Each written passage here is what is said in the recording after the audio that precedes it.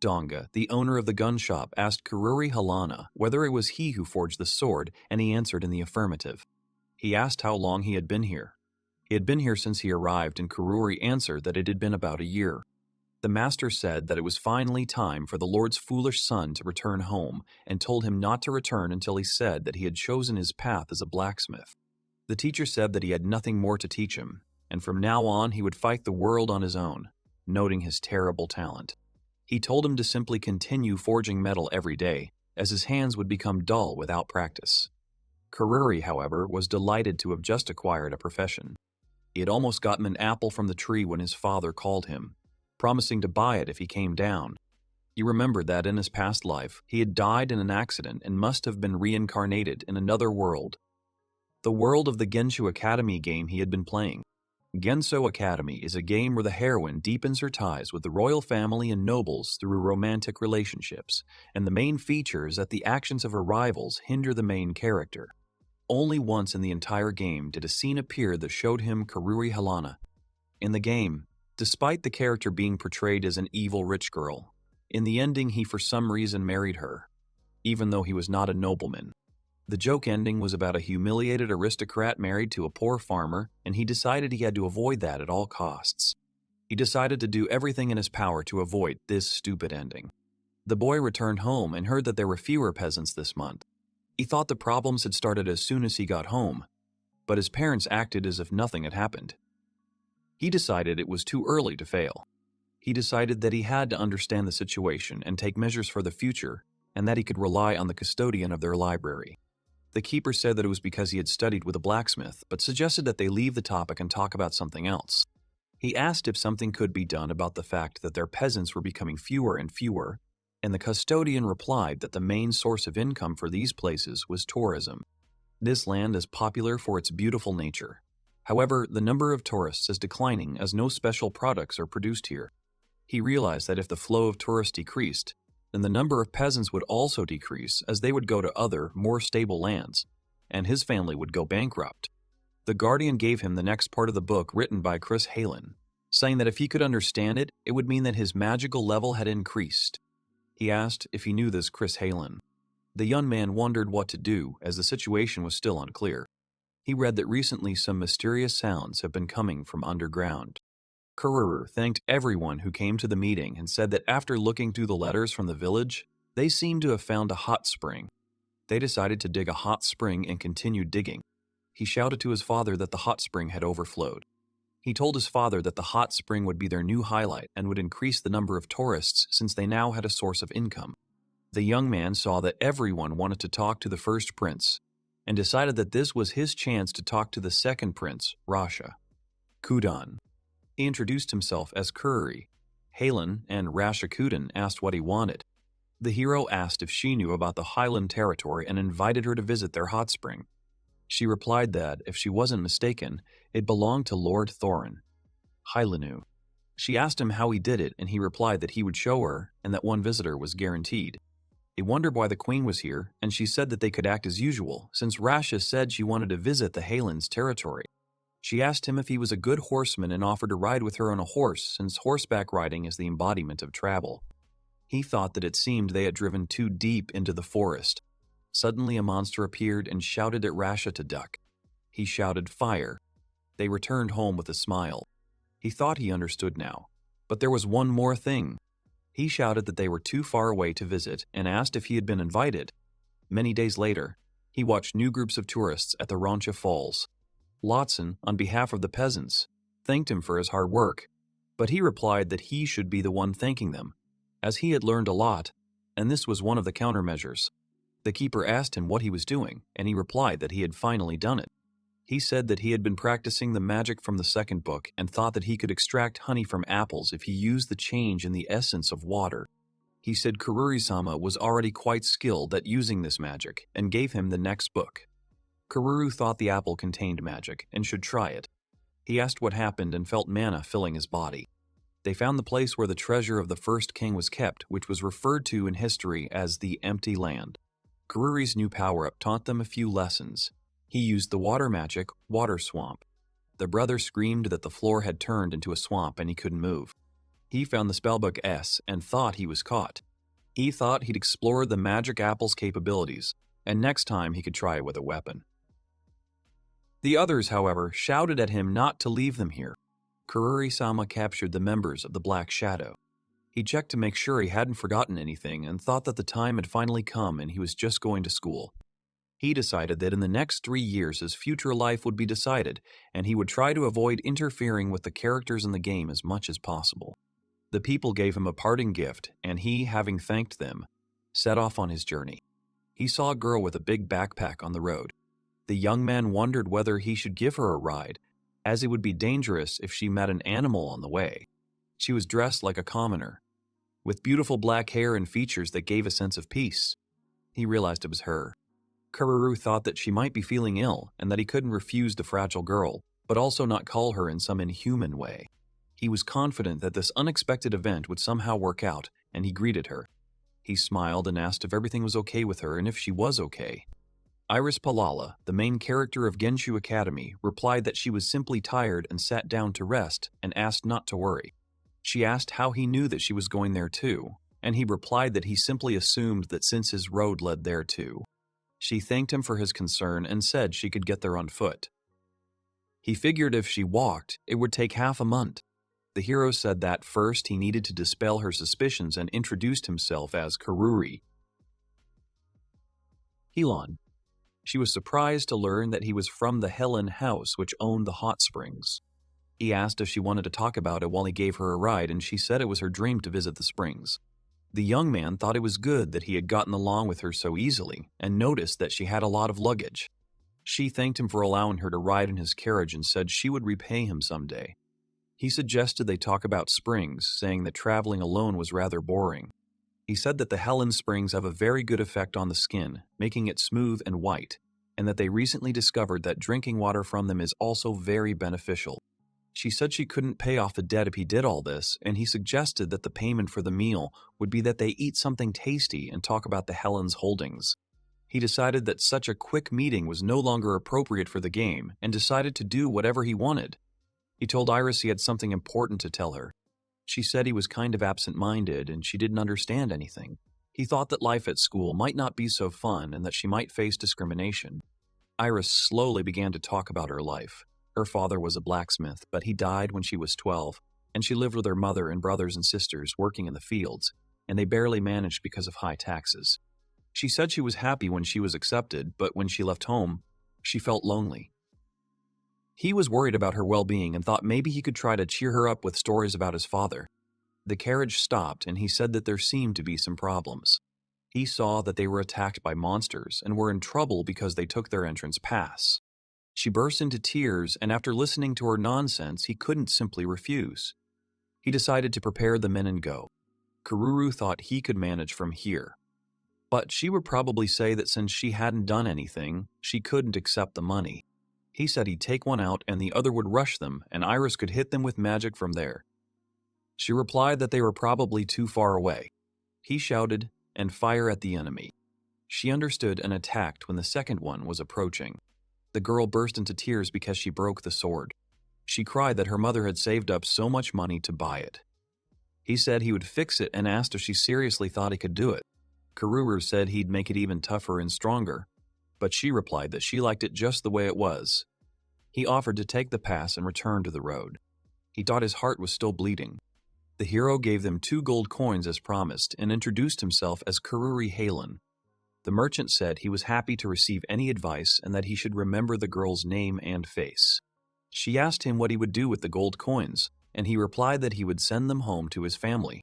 The young man said that he could not accept this, since she had earned this money. But she replied that she had nothing else to pay with. She thanked him and said she would send the coin to her family. He thought it was obviously the best choice. She said that someday in the future she would repay him 100-fold, and that she would never forget her debt. He suggested going to the academy and having some fun there. They admired the size of the academy, calling it huge. They were told that new students could fill out paperwork here and that there was an indoor building for girls. Kururu thought that was it for now, but he still needed to put everything away. He was tired and decided to put it off until tomorrow. He realized that the academy was damn huge, and everywhere he looked, there were huge buildings. and I thought what a wonderful feeling it was to be back to blacksmithing after these few days. He thought it was not a wall, but a giant. He introduced himself as Kururi. Helan asked if he and his neighbor were the same age, noting how deep his voice was. The neighbor said he was from Wing 1-2, the son of a royal knight, Captain Vane Lot, and his family owned the Helen's territories. He apologized and said he was here again. The neighbor said that he was confused by their conversation and forgot to tell him this. There was a loud knock. He said that since childhood, he had been seeking strength and honing his sword skills, and at his father's insistence, he went to this academy to develop his character. Kururi said that he could finally see his face and suggested that they sit anywhere. He wondered why he had brought him inside and why he was now right behind him. The young man thought that this was the worst position for a conversation since he sat down right behind him. He was afraid that if he answered incorrectly, he would be hacked to death or thrown away like trash, since he could not see his face and could not understand what he was thinking. The hero said that he was repairing his friend's sword and wanted to return it in better condition. And if anything rude was found at his actions, he could speak up without hesitation. He shouted at him to go away as he didn't know what to talk to him about, and that he never divided food into favorites and unfavorites. Kururi realized that he was a good man, but he had nothing to talk about with him, and that he would have too many acquaintances to be polite to everyone. He said hello. He asked him if he was expecting the first rays of the sun, and he invited him in, and he said that he would like to take him somewhere as a thank you for keeping him company yesterday and have breakfast there. He greeted Iris and said that here he was. She said she was worried about being allowed into the boys' dorm, but before school started, she simply walked inside. Iris introduced herself to Wayne Lot, who said that Iris had said that she wanted to go somewhere today, and if he wanted to go with them, then the conversation would at least go some way. She asked where the academy library was and said she wanted to visit it. He thought it was a shame. He said that he had finished her sword, and she thanked him, saying that she had sent the gold one to her family. Kururi thought that one way or another, Iris was truly a beauty. She blushed, saying it was the first time she had been called beautiful, and he replied that he had only pointed out the obvious. He thought that if he thought about it that way, he was a real seducer, and told Kururi that it was time to move out. He said that in the north, crops grow food, but people don't eat much grain and vegetables. Kururi, however, thought that in this vast field of grass, things might not be so bad. He said that there is raw meat, and this is what is called human ingenuity. The man explained that by eating raw meat, one could obtain some of the essential substances contained in plants, and that was how the people of the north survived. He understood where he was going with this, and that they were known to rarely get sick and live a long time. The student said he wanted him to try it, but Kururi asked to go home as the story was beyond his strength. He exclaimed what a beautiful place it was and thought that he wished he hadn't killed their breakfast right in front of him. He asked what it meant to look into an animal's eyes and whether it was some kind of joke or something to tell. Another said that if you look into an animal's eyes before slaughter, you'll think of its face while you eat. He screamed not to be killed, but they told him that the tastiest thing was the offal, and that he should try it. She told him to imagine that Rasha was treating him to berries, taking the tastiest one and even removing the leaf. Iris told him he couldn't refuse and that he should just think of those bloody guts as a berry. He thought about how soft the taste was and whether it was really so delicious that tears came to his eyes. He said it was the first time someone had ever expressed their gratitude like that. Kururi said he had never had friends before, but he thought they would get along, and now they were connected by sheep intestines. He said he visited every room to introduce himself, but it didn't seem like he made friends with anyone from Wings 1-3. The hero said that it was very difficult to make friends with everyone, and that he shouldn't worry about it. He asked if he was surprised by the difference that people are capable of loving and hating each other, and it is not every day that he thinks about such things. Kururi said he was preparing for tomorrow's placement test because he studied and trained every day as a child. He said that he would try to do the best he could and that the best would go to Class A if nothing unusual happened. The student shouted, "Excuse me."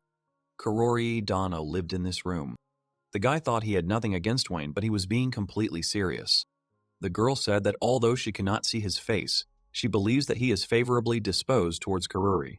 Helan Dano. The man replied that he was not Kururi and told her to leave.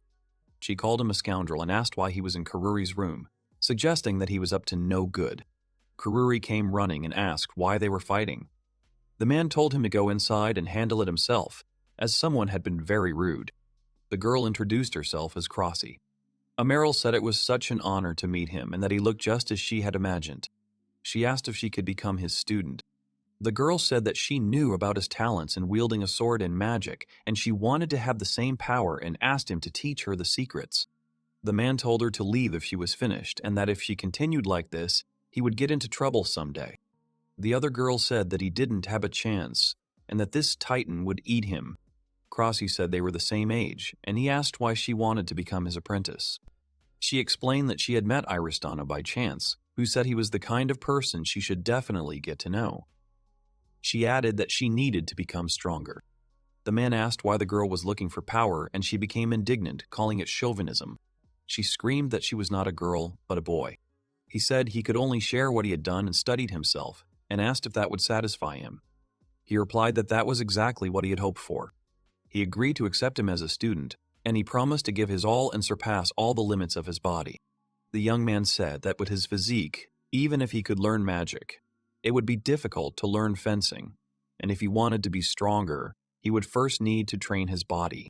He shouted that he was not going to accept his orders and that his teacher was Kururi Dano. Wayne said to stop staring and asked if he was in love with him. Kururi, however, said he needed to train his body first. The young man said that one way or another he needed to maintain flexibility while increasing his strength, and that if he built up his muscles, the strength would come. He told him to pay attention to his posture, start running in a week to improve his endurance, and until then, improve his flexibility. He said that whatever he said should be taken as his words, and told him to spread his legs wider. He screamed at him not to touch his thighs, but they told him that he was a man. Instructor Michelle Wu welcomed everyone to the entrance exams. She said their physical test today was a 10-kilometer run and that it would be a piece of cake. Wayne told the other one that if he couldn't touch, he wouldn't be able to help him. Eliza DeVille. He thought about how to approach her and decided to just say hello. In the game, she was in Class A and had finished first in the marathon, and her 4 knights were also accompanying her. One of the girls said to another from the road, calling her a fan. She said that she was so delighted with Eliza-sama that she was speechless and told her to just sit down. Kururu said that no matter what you look at, her face and appearance, she is a very attractive girl. She thanked him for his words and said that now she needed to prepare, and if he would forgive her, they agreed to both try. The hero thought that she was one of those who would bully Iris, and that his most important task in this academy was to stop her without damaging her dignity. He decided that he needed to stay in charge at any cost, and that this time he would most likely come in second. She said he seemed to still have some strength left in him. The hero saw Iris and Eliza running. He wanted to yell at Iris to lose because if she took first place she would be bullied, but he couldn't. Eliza passed by a little earlier. The girl said that Eliza did a great job. He thought that there was nothing he could do about it, since for a commoner, her talents allowed her to enter school and that she had done excellently in all the tests. He decided to look at Wayne's result and thought that it must be better than he expected, and that he knew it. Crossy was not placed in another class because his physical test was 122 and his written test was 114. He said he would try harder next time. Wayne said that Kururi would help him improve his studies, and he would take care of his physical training, and that a man shouldn't eat vegetables so easily. He said that he had surpassed him in his studies, and that he had done everything he could, but he was more interested in how he knew his name. The guy replied that he was glad to meet him and he wondered what that awkward pause was about. He told Kururi-san to talk another time. The girl said that she took first place, and that in the future he would achieve great heights and would be able to thank her. She asked Eliza why she had such a sour face. Eliza replied that she didn't know the scientific name of vitamin C and ran away. He thought that he never thought that vitamin C was ascorbic acid, and that he didn't know it either. The hero said that he made a good sword. Isn't it a masterpiece? He thought that if he was not mistaken, small monsters should live in this forest, and he saw a rotting demon. He decided to test the sword on him, although it was not worth fighting a poisonous monster, and used materialization. Vegetable monsters have appeared. He said goodbye to them and rode away, as one must be careful not to touch the poison. The young man told the boys that it was time to say goodbye. He said he hadn't expected to meet her there, and she replied that she wanted to pick some wild vegetables. Iris said that it was a good meeting today and that he was very polite and it would be nice to live nearby someday. The girl said that they both had good meetings today and that she would be careful, but he looked lonely. Kururu said that telling her would help her deal with her feelings, but she said it was a fight and telling her wouldn't be enough. She said to move forward. The director said to stop making long speeches and enjoy the performance that the senior students had prepared. One guy was in Class A with Wayne, and Crossy was in Class C. He thought that he wished Crossy was in the same class with them. He saw the prince and Rain, Eliza and Iris, but he didn't see the fangirl. The girl said, "Okay, everyone take your seats." Teacher Michelle Wu introduced herself and explained how the classes would proceed.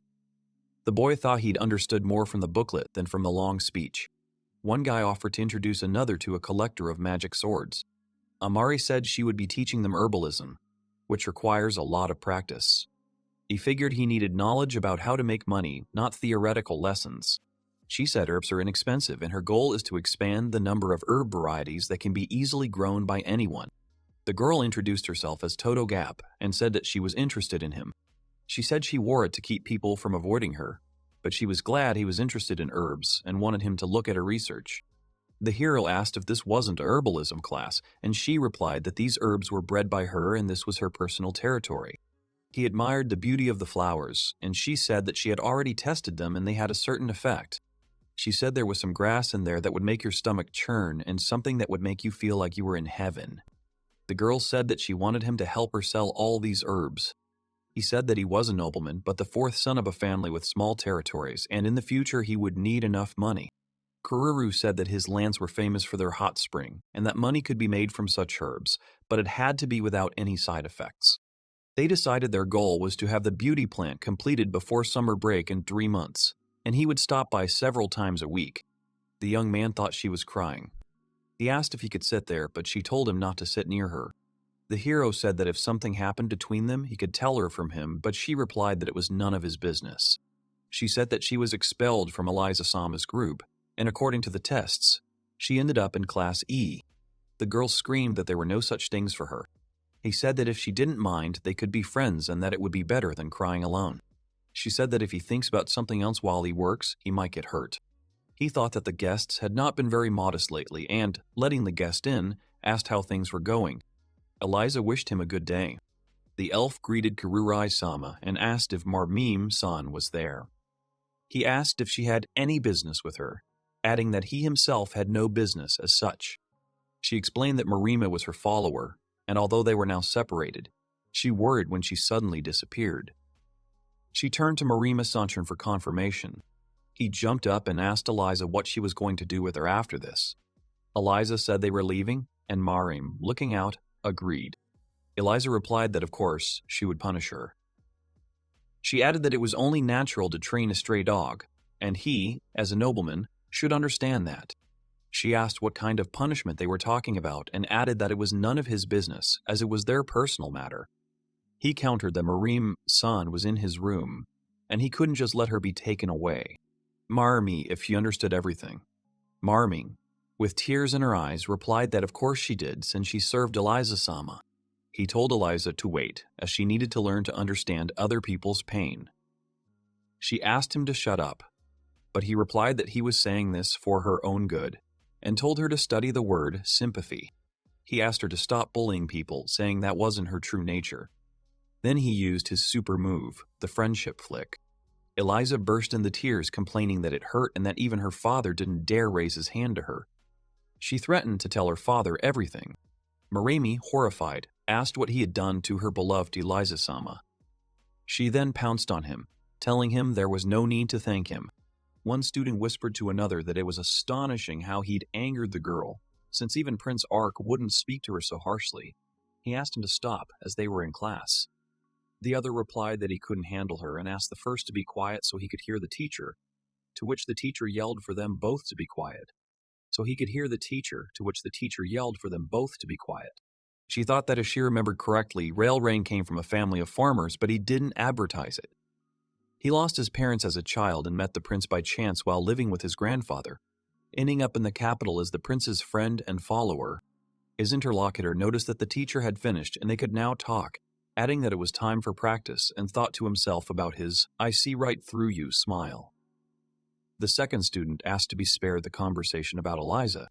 Rain said he preferred working alone for concentration, but added that this was his first autopsy and he was a little nervous, suggesting they do it together. Kururi agreed, admitting he was also nervous. Kururi said that the first step was to cut open the stomach, and this turned out to be unexpectedly difficult. He said it was a heart. His partner noticed that Kururi-kun had cut out the heart and was so sure, and suggested that the stories of flaying hadn't disgusted him like he had, expecting him to incur Eliza's wrath. His partner asked him if he had any skills and if he wanted to become a doctor, adding that he reeked of money. Kururi replied that he was too close and that he was indeed strange, but that he was becoming more interesting each time, just like with Eliza. Rain said that Kururi saw him as wanting to become a doctor in the future. He suggested that, although their motives might differ, they should study together, as he wanted to talk to him more. He thought his partner had called the first prince selfish. His partner, however, said he was always around Ark, who was a very selfish guy and had no intention of making friends with others, and added that Kururi didn't have to talk to him only during class. Kururi thought he really said that. What a psycho. His partner noticed that something interesting had happened while they were talking about the narcissistic prince, and asked Kururi-kun if he knew a girl named Iris. Kururi said that would conclude the autopsy. Rain slapped him on the back, calling him merciless, but adding that that was why he loved him. To which Kururi replied that he didn't mean it that way. He said Kururi had a talent for being a doctor. He noted that he had excellent technique and clean movements, and that he was good at handling once living flesh, but something seemed off about him. Rain said he thought Kururi needed more practice to get better. He added that he thought Kururi was better suited for the job, especially given his determination. He said that was true, but they also breed and kill other animals for food, and he could accept that. But while they study it to save lives, they also take others, like in this autopsy, and that's difficult for him. He said he wanted to be a doctor, but he felt guilty about them. After all, after they were done, these animals would just be thrown away, and that would be it. Kururi said that, in any case, the instruments here were dull and awkward, and that suturing was also difficult, and perhaps he should make new ones. Rain agreed that was true, and Kururi advised him to keep working toward his goal and get used to it, since there are many different types of doctors. Someone asked him what he planned to do with it, and if he could take it. Kururi replied that he wanted to bury it himself, to which he was told, "Do whatever you want." His friend offered to help him dig the hole. Rain said he'd probably keep doing it as long as he felt guilty, and he thought it was a good thing. Kururi asked if he'd help him, to which he replied, "Of course." He thought he was drinking coffee on a holiday morning while reading his book. It was a wonderful, relaxing time. He wondered why anyone would need a book called Applied Curses, since from what he knew, anyone could do it easily. He thought it was creepy. He wondered who might have taken it, maybe Iris. He found a book called Potato Growing Skills, but it only contained volumes 1 and 3, with only volume 2 missing, which he found interesting. She asked him what he was reading, and he replied, "The Origin of the Kuden Nation." She said she too was shocked when she first came here, because it was such a huge place. She said he was such a learning geek, Kururi, and she was sure his book would be amazing. He wondered if, judging by her reaction, she hadn't been the one who'd picked up the second book, and what had happened to her promise not to laugh. He apologized for disturbing her and said they'd see each other. The hero thought that if it wasn't Iris, then Wayne was the only one he could think of, although he was sure Wayne could read books about potatoes. He wondered where the hell the other book was. He asked, seriously, realizing it was Eliza. The young man thought she definitely liked potatoes with butter, which was quite logical. He asked her what she was laughing at and whether she had seen him. She accused him of spreading rumors to make people hate her. He replied that he didn't mean it that way. Iris said that as long as she had the book in her hands, she could send him to the next world. He was shocked that she would use it on him and asked her to wait. She said she was interested, and since it was true, she suggested they talk about potatoes. He thought, imagining people eating potatoes with butter at the hot springs. Eliza, however, thought she was wrong. She asked him if he knew what she called people like him. The girl said that if he wanted to know about potatoes, one day he would burn. She said she was surprised, however, that he was interested in potatoes, but asked him not to tell anyone. She added that he didn't want others to find out, and that she would leave now. He asked her not to curse him because he was afraid. She replied that she would do whatever she wanted. Someone grabbed him and told him he was still a study lunatic and had no idea what he'd been reading last night. He asked Wayne what he'd done. He asked her name and gender.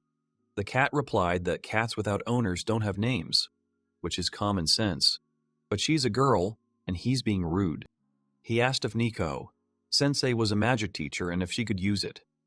The man asked their names, and he introduced themselves as Kururi and Wine, and he said he would remember them.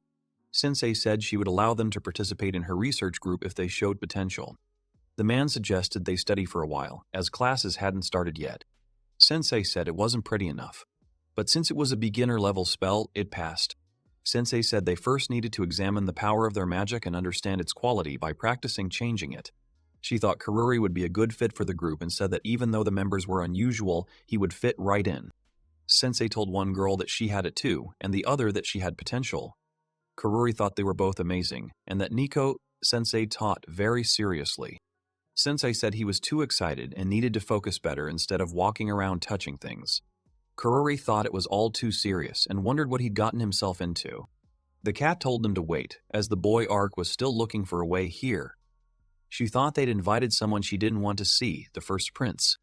Sensei said that today she would teach them how to do it. She said she would teach them both her unique transformation magic. She added that she teaches it to a few students each year, whom she admires, but few succeed. Kururi asked if that's why Sensei looked like a cat, to which she replied that was her true form. She then instructed them to envelop their bodies in magic, sensing it around them.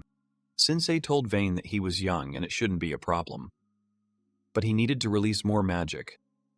Vane thought that if Kururi could do it, so could he. Sensei said that everything was fine and told him to try to transform the hand. Sensei explained that they changed their essence through magic. She said that once activated, they only need to maintain their magical form, changing it as they wish. Vane told Kururi that he was still young and that the magical power covering the body was not the same as Merceria Tia. Kururi wondered if this dirty joke was too cruel. Kururi exclaimed that he'd done it and thanked his sensei, who thought he was a genius. Sensei remarked that the Ark boy was a normal guy, neither good nor bad despite being a prince. Sensei said that was enough for today and would teach the next step later. Wayne suggested Kururi celebrate, and he agreed. Vane declared that even though Kururi was currently superior, he would eventually prevail. Kururi replied that it made no difference to him. Wayne asked Kururi what her relationship was like with Iris, thinking to himself how the situation irritated him. Kururi replied that they were friends. Kururi said he was joking, and Wayne asked what he meant. Kururi replied that they were just friends, which Wayne didn't believe. Vane thought it couldn't be that Kururi was an ordinary guy, since even someone as picky as Iris thought so highly of him. Kururi wondered if Iris really thought of this annoying guy as her prince. Kururi said he wanted to go to his room and finish his forging, asking what he was doing. Kururi mentioned swords and other weapons. Vane wondered if they were similar to his magical swords. He said that was why Kururi should come with him. He said that every sword there was made by a brilliant blacksmith, and if you sold one, you could live comfortably for the rest of your life. Kururi thought it was impossible not to help in such a situation. Wayne shouted with delight that he had done it. He said he was going to the herbalism room. Iris replied that she was interested and asked if she could go see it, to which he replied, of course. Iris admired the large silver vine, and Kururi was surprised to see another intruder who turned out to be Iris. He told her she was harmless, but she replied that it was up to her to decide. Iris admired the enormous silver vine, and another girl asked how she grew it, suggesting she could do the same with vegetables. She added that it was the result of several crosses. She asked to be told how to do it, and another girl replied that anything was possible. A third said she was okay with it. Iris enthusiastically declared that then she too would be a herbalist. He wondered what kind of girl Iris was and that she meant no harm. Another girl said she'd grown a medicinal plant here, not to mention what Iris had asked for. The girl explained that these petals restore skin cells. She added that after rubbing, the effect lasts up to 10 hours, even while sleeping. A friend said that the skin becomes soft and smooth with a pleasant aroma, and exclaimed that she could sell it. He suggested they take this as a starting point and get everything in order this summer. She agreed, saying that, although there were some flaws, they would achieve a better result. The prince thought he hated him at first, but it was good they were working together. The other boy said he'd called Nico's teacher and they'd teamed up because he too wanted to study with Kururi-sanan. He said that even though he was first, Ark had cut in line first, which was unfair. He invited Kururi to come to his room after class, adding that he could come before nightfall. He said the tool he was using now had a blunt blade, but the blade would cut through things and tear them apart with force. His friend exclaimed that it was amazing and that Kururi-kun concentrated in a completely different way than in class and had the soul of a worker. Kururi thanked him, saying he could concentrate better in class without distractions. His friend replied that he couldn't do that and was amazed. His friend said there was nothing surprising about it. He added that he had never known such sharpness before, and it was like a jewel with a cutting edge compared to other tools. His friend called Kururi-kun amazing. He replied that it was more likely that he had made him so through hard work. He said he had nothing, but since meeting Kururi, amazing things have been happening to him, and his dream of becoming a doctor is getting closer. He added that he couldn't help but have fun. He asked for one of those, saying he put in so much effort. He added that if Kururi wanted it, he'd ask for it. The girl greeted him. He asked who it was. She called him by name and told him not to stand there like a pillar of iron but to move on. She asked if it was natural for him to know who she was. He apologized, saying he had no memory of anyone like her. She said he really didn't know her, and that was unexpected. She hugged him, asking how he should be punished, and he asked her not to scare him like that. Vane asked what had happened to Kururi and why he looked like he'd seen a ghost. Sensei told him to continue their investigation where they left off. Sensei said that last time they used one hand, but today they used both. Vane and Kururi were impressed. He asked if they were dried fish, and Kururi replied that Wayne had caught some and dried them, and he decided to treat Sensei to some because they were delicious. Sensei replied that such a thing shouldn't be given to such a refined lady as herself. Kururi asked her to shut up. She replied that she needed more, just a little more. Sensei called him a good boy, saying that since he'd already managed it, he was truly a talented young man. She told him to add a tail and gradually change each part, relaxing his concentration. Sensei was surprised that he was the first person to master the transformation so quickly, and it was an astonishing achievement. She now ordered him to compress his magical power. Wayne asked to be taught this trick. Sensei said his abilities were still unstable and he needed practice to transform for 1-2 hours. A few days later, on a weekend, he thought that there was no one there and he could try to transform on the street. The elf told him to get up. She said that he could go wherever he wanted and sleep whenever he wanted, and added that she wanted to stay with him a little longer. She said she wished she were as free as he was, because she was like a bird in a cage. The cat thought the cat was just as free. She asked if he would be her friend. He asked her if she was okay. The girl was surprised to see the hero. He smiled at her and asked if she was okay. She called his name. The next moment she ran after him. The next day, Kururi says he somehow managed to escape yesterday and today. Things can't go on like this. Someone slipped a letter under his door. He thinks about what's most likely a curse inside. He understands that he shouldn't hesitate. Nothing will happen. Be it a demon, a snake, or a tiger, he must act. He won't be touched by such things. In the letter, the girl writes that she hopes the boy is okay. She couldn't sleep all night thinking about what happened. Her father is the respected prime minister of this country, and he loves her very much. The hero wonders if she really scribbled it. No, more likely she squeezed it onto the paper. He poured himself some tea and continued reading. Eliza writes that something very sad recently happened between them, and she hopes it's in their mutual interests to keep it a secret. She suggests they forget what happened. She'll save her honor, he'll save his life, and both will benefit. Kururi leaned against the sofa. He realized he'd received the threatening letter. It said that if he spoke, it would be his undoing. He writes back. Surprisingly, he's fine. He hopes she's feeling better. He was worried when he heard she was feeling ill. He knew her father was the prime minister, an important figure in their country's political life. He asks her not to worry. He sent the letter and sat down on the couch.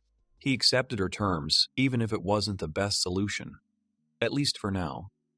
Suddenly he heard a strange popping sound. This letter came from Eliza. Kururi has a feeling it's not a letter of reconciliation. The girl writes that she is convinced of the contents of his letters. He is indeed the son of a provincial nobleman. She hopes his memory matches his origins. The hero thought the content was good, but the tone was poor.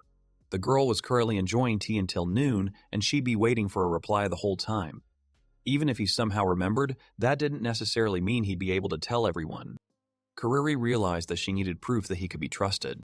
There was also a note there about her being graceful and sweet, and he meant it wholeheartedly. She thinks that's probably not true. Those were just empty words. She asks for forgiveness. Even though the hero only paid a small compliment, the effect is stunning. So he decided to write back. The words she'd spoken had left a deep impression on him, so he confided his secret to her. In truth, he'd been a very overweight child a long time ago. He asked her to keep it a secret. He created a flower with magic and attached it to the letter. He writes that she is the sweetest and most graceful girl he knows, and that these are his true feelings. He hopes it will work. The answer came very quickly. The girl thanked him for the flower. She said it was beautiful. A flower unlike any other, a flower that represented her. She asked him to tell her its name, if he had one. His secret is also in good hands. She suddenly changed the volume again. Had she already forgotten about yesterday? He should be happy. He decides to write back. He writes that it would be his greatest pleasure to tell her that the flower's name is envy, created from his imagination. In the language of flowers, it means a moment of small happiness. He's glad she likes it. The girl was sitting in a chair and received a letter. It says something about the incident. What happened is in the past. She can't wait to see him in class. The hero placed the mask on his face. He asked Toto what effect it had. He replied that he didn't know. They were getting hot. The guy asked why they were experiencing this here. He replied that it was a cool place. A pleasant breeze blows over him. 3 hours later, he took off his mask because it was very hot. His friend called him. He looked at him and was surprised. He said that he seemed to glow. He noticed that he did too. Their skin is like a baby's. The girl is terrified of her talent. Kururi noted that many problems can be solved with this. Add a cooling effect to the mask, and it will feel cool to the touch. He mentioned selling this batch and then selling it refrigerated at a special price. Iris thought that sounded tempting. Suddenly, another girl appeared and remarked that they seemed to be having fun. The hero replied that they were experimenting. He then asked Iris about the vegetables. She replied that they had produced prototypes with human faces. Potatoes, leafy vegetables, root vegetables, grains and fruits grow, and all of them are 10 times larger. The girl asked which seeds he would plant first. Iris replied that she didn't know. The verification step was necessary for everyone. They were still prototypes. If they didn't sprout, it wasn't her fault. Kururi asked her if she would send some to her family. She confirmed. Even though Iris had entered a prestigious school, she hadn't changed a bit. He should learn from her. He decided to try planting these seeds. If everything worked out, he would be glad to receive some. The girl agreed. The young man began to materialize seeds. Those invisible to the naked eye, carrots with human faces leaped out of the ground. The young man thought it was another failure. However, the girl picked one up and told him he was cute. The hero was shocked. Another carrot fell. The girl picked it up and asked if it was okay. The other 2 fell too. They did this to attract the girl's attention. Kururi became angry with them and insulted them. Iris asked him if he needed herbicides. He replied that he didn't. A few days later, the hero enters the greenhouse and looks for Toto. But he's not there. This is strange, since he's usually the first one to show up. He decided to check the fields. He noticed the bitten carrots. He doesn't understand what's going on. The field was unexpectedly plowed. Who did this? Kururi can't understand who could have done this. Could it really have been done against Iris? Whoever it was, they won't forgive him. If they could somehow straighten things out, the lesson would be minimal. Then the hero remembered the experimental samples. He ran to check them, but it was too late. Unlike the others, this one is standing. The guy doesn't understand why during the break. Apparently Iris wasn't the target. But then who was? And where did Toto go? Then Iris arrived. She asked why this had happened. Kururi answered something he himself hadn't yet figured out. The girl said it was terrible and everything was lost. She didn't want to see Kururi's sad face. She said she wouldn't forgive whoever did it.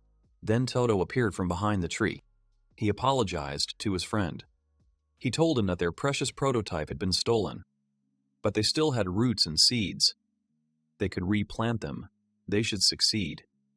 The hero asked him what had happened since he had no face. He replied that it was nothing special. Anyway, they needed to tidy up the garden. Break was starting soon. Iris called Kururi. He said he'd handle the inside and she could clean up outside. He started cleaning up as well. The hero was interested in what really happened. The guy apologized again and said he had to get everything done before the break. Then there wouldn't be any problems. Kururi said he asked what really happened. Was there a reason he couldn't say? He apologized and said that after they left he would start working on the plants again. He was truly sorry. The hero was wondering what to start. He believed there was a reason they couldn't talk. He said he'd stay a little longer and plant all the seeds today. Iris and Kururi could go home now. The hero said he would help. The girl supported him. The young man pointed out that the young lady had exams soon and that she should probably go study. She replied that she would stay too.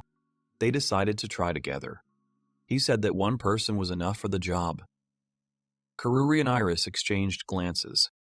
They surrounded each other and suggested they try together. They couldn't leave things as they were. He's not old enough to figure this out on his own. But Toto won't talk about it. What should he do?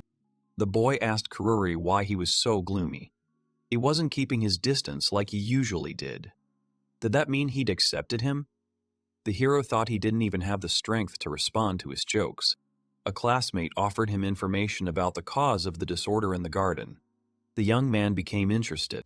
Although he's not interested in him, the hero is surprised to hear about the information. Perhaps he's just a tool to him. Kururi asks for the information. The young man reads the document. He understood why Toto couldn't do anything. The culprit Mori Gap's bandleader, Ryan Christopher, entered the garden at 4 o'clock in the afternoon. Afterward, he stole some plants and left with the others who had destroyed the garden. Toto chased him, but he was beaten. With Mori at the head of the family and Toto merely an offshoot, he couldn't afford to challenge their high status. He was worried about harm to his family. This is his report. His friend didn't ask for a reward for his previous report because of the friendship between Eliza and Kururi, but now he'd like to receive it as soon as possible. The young man understands that this is not the time to argue. This information was very useful. He doesn't think he can openly resist, but he can't forgive it either. What should he do? Kururi went looking for Mori Gap.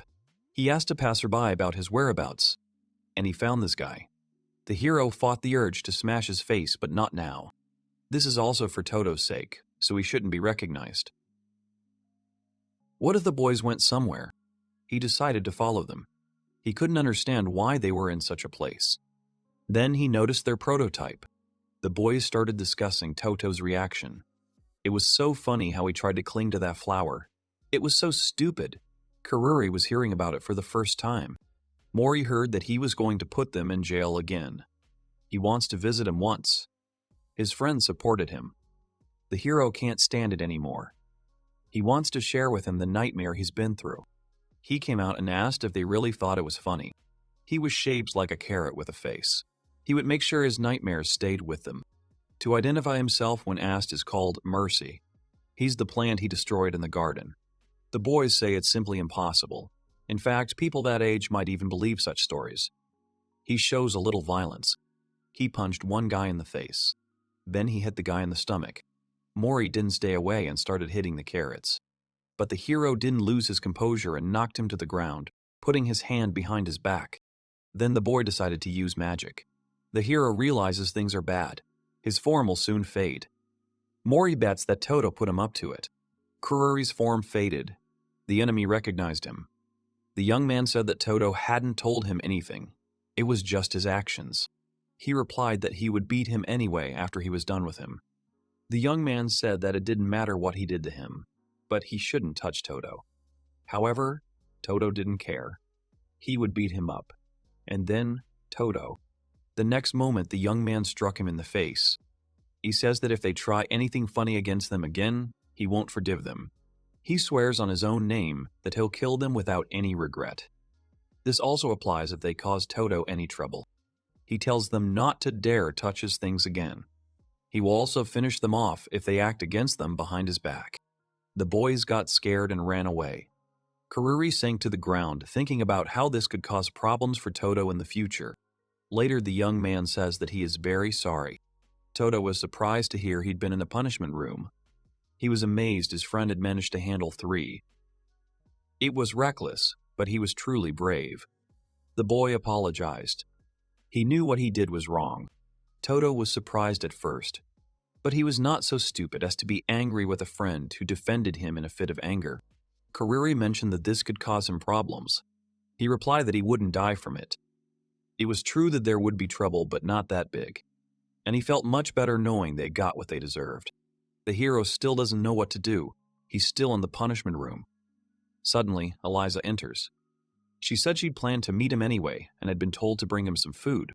She also thought he might be bored, so she brought her favorite book. He thanked her. Suddenly, Iris came in and said she'd brought him the notebooks he'd forgotten from class. She'd heard about what happened today from Ray, and she didn't think he was wrong. She thought he'd been cool. Eliza agreed. Iris thinks he did something right. That's what she believes. Eliza believes it more. The boy was in shock. Then his friends arrived. The young man thought he was saved. After the many events that had occurred at the academy, time had ticked especially quickly, and rumors of what had happened slowly dissipated after the exams. Many students have been studying desperately this year, and the next exam will determine their next class. As expected of Iris, Eliza is 1 grade behind her. She's in 17th. This is due to her medical studies. As a result, they will have a 2-month summer break. The guy said that the prince tried to invite Iris on vacation with him, but she turned down the offer and he is now depressed. He is really pathetic. Kururi thinks about how, in the original story, he remembers her staying here for the summer. It's pretty lonely being here for 2 months all by yourself. He wants to visit her. Iris asks the young man to look at this. These plants are promising. The boy asked her how she planned to spend the summer. She replied that she planned to stay here all summer and tend these plants. The hero knew it. He invited her to go with him to Helan's domain. Iris said everything was fine. She knew the place was amazing, but she dreamed of visiting it with the money she'd earned. Kururi suggested she go there for a part-time job. If she could earn money in the process, that would be wonderful, and she could also send money to her family. The girl began to consider this. Then she bowed and said she would work hard and not cause any trouble. She asks him to take care of her for these 2 months. She plans to continue working together. The hero asks her not to worry about problems. He decides to go invite the others. They asked Wayne about it. It was a short conversation, but it looks like he's coming. His power will definitely help them. They somehow met Crossy, but he's busy this summer. The hero hopes he'll go, but he'd be of little use.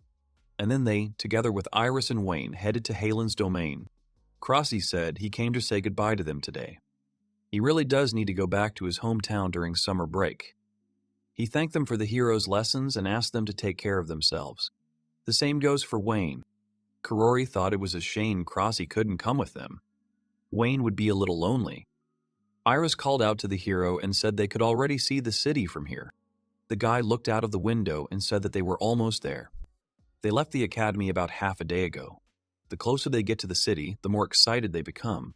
The hero had heard there was an excellent seafood restaurant in this city.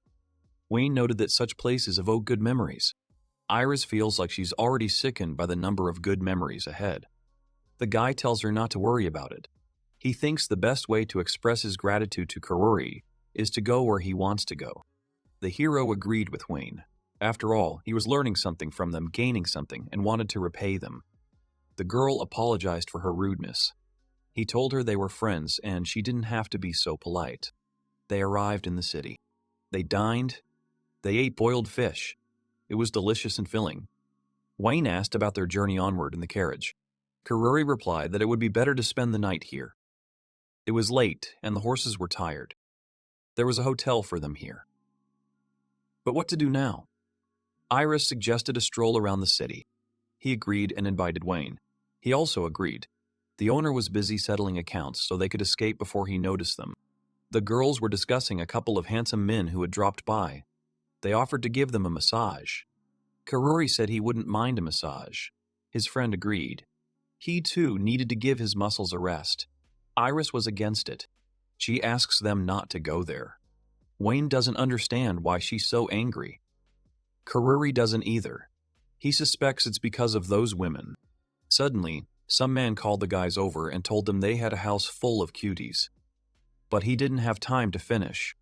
Iris hit him on the head and he fell unconscious. The hero asks her to calm down and asks what he did to her. The guy doesn't understand what's wrong with her. She asks him to forget about this city. She doesn't like it. She realized they liked it when there were a lot of girls around. He replied that he didn't and added that it was more fun with her. Iris apologized for losing her temper and ruining the whole walk. The guys asked her not to apologize and to look back. A view of the city opened up before them. This was the place they had just visited. From above, it was so beautiful and not at all as bad as she thought. The whole city was shining. The hero suggested they go back to the hotel. First, they'll take a bath. There aren't many people here. Iris heard that they'd been assigned separate rooms. The owner said he'd find them 3 good rooms. They arrived at the separate bathing area. The girl asked the guy not to peek. The hero was thinking about something else. But he's not a fool. He's a gentleman after all. He's a man after all. He can't miss this chance. He will reach his goal. The wall is 2 meters high. He stacks the boxes. They fall apart very easily. He certainly wouldn't reach the top of the wall this way. Suddenly, he slipped and fell painfully. It's all more complicated than he thought, and nothing else comes to mind. Could this wall really have been built specifically to keep people from peeping? He has no chance here. This wall is too high for him. Wayne asked the guy what he was doing. Was he dizzy from the heat? He replied that everything was fine and asked him to ignore it. The guy said it was very relaxing. Iris probably likes it too. Meanwhile, the girl says it's relaxing. The heroes are driving through the city and their carriage stops.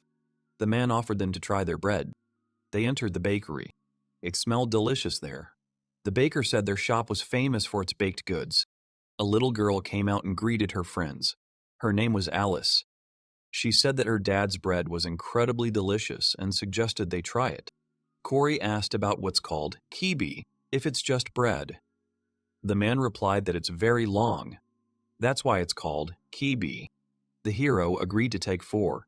He asked if they had a place to eat. The man thanked him for his purchase and led him to the dining area. The guy had a strange feeling, as if this girl was trying to chat him up. Iris noted that it was bread.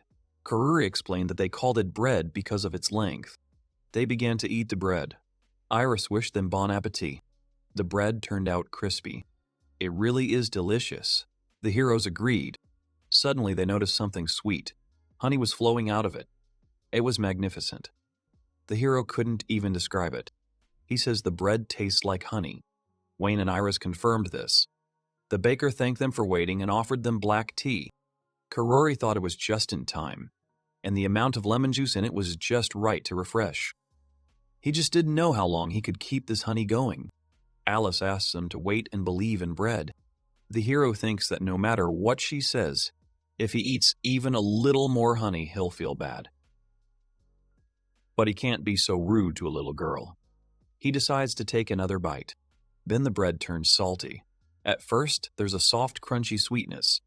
Then the sweetness is enhanced by honey, and then the black tea and those salty notes arrive at the end. This bread is too perfect. Iris noticed something had fallen out. That piece of paper with the inscription that they finished the bread. For some reason, even such a simple phrase makes her happy. This bread brings joy not only to the stomach, but also to the heart. The hero is amazed at how much love was put into this bread. He wants to read his own. Wayne's inscription says that his belly is full and his heart is content. He's just the picture of kindness. And the hero's inscription says that from today on, he's a bread fucker. Alice told him he has a winning ticket. He's curious about what he won. Kururi says that it was very tasty, and he wanted to buy 4 more to eat on the way. However, the baker said that unfortunately, due to the bread's increased popularity, they have no choice but to limit the number of orders per customer. So, they can't sell them anything. The hero felt sorry. He thanked him for their delicious bread. The friends decided to leave. Alice turned to her father. She told him they'd enjoyed it so much. Not selling them anything else would be cruel. The man said they had no choice. The girl knows but her brother's face when he pulled out the winning ticket. He was so happy. It awakened in her a sense of pride that she works in this shop. She wants to sell them bread. She wants to sell them bread. She wants them to pick as much as they want. The wife turned to her husband and said she'd never seen her daughter like this. She had a keen eye. She begged him to let her do it just this once. The baker noticed that his daughter had become quite grown up. The man said they had 33 loaves of bread left. They could buy as many as they wanted. The hero muttered that if it weren't for Alice, they would never have realized the magnificence of bread, and wouldn't even have been able to buy any more.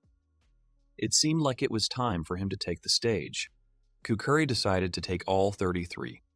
Wayne asked what they should do with it. 33 pieces is quite a lot. Iris said she'd help them finish it. The guy doesn't understand why he bought all 33. It's as if he's completely lost his mind at that moment. They noticed the river widening. Kururi said they were almost to Helen's lands. Next stop, Helen's estate. During a trip to Helen's domain, in the castle where Ark and the other Ark Kudens live, Rasha Kuden and Maria Kuden were arguing. Maria fell to her knees and began screaming about a stomachache. However, she is pretending. She is the princess of the Kudan family. She thinks that spending her vacation listening to boring chatter is boring, but simply running away is also not an option. It doesn't suit a princess. Rasha might be suspicious, but he shouldn't cause any problems. Summer vacation comes once a year. She's an honor student, always first in everything. Talented, athletic, everyone adores her. But her life is one big bore. Life without adventure is too boring. She doesn't even have a rival to compete with or have fun with. Rasha says they're going to Helen's domain. The girl thinks that she definitely needs to go there. Irina, the princess of a neighboring country, approaches Maria and asks how she's feeling. She suspects she's having intestinal problems. She thinks she's being cruel. Maria wanted to tell him he was fine. But the next moment, she started screaming in pain. Irina ordered a doctor to be called, and she would take care of her in the meantime. The girl thanked her, but said she shouldn't do anything until the doctor arrived. The princess replied that she couldn't do that. She decided to feel her stomach. It was slightly swollen. She advised her to cast aside her pride and pass gas. Maria thought that then her name would be tarnished by rumors of a stomachache. Rasha says he shouldn't worry so much about his sister. That's just the way she is. Irina asks what he's saying. He's her brother. He should worry about her too. There was tension between them. The girl mentally apologized to her brother. She needs to wait a little longer. If he sees her stomachache out of the blue, things will get bad. The maid has brought a doctor. Maria doesn't think Princess Irina will bother her any longer. The doctor said he couldn't figure out the cause of their pain. He thought she'd have to stay in bed for a while. Now everyone knows for sure that she's lying in her room. Meanwhile, she'll quietly go with Rasha to Helan. All that's left is to send Irina and the others back, and then they can have fun. The girl said the pain had subsided a bit and she needed to rest. Princess Irina asked her to wait. She said she was still worried about the girl. She decided to escort her to her room. Maria tried to refuse, but the girl insisted.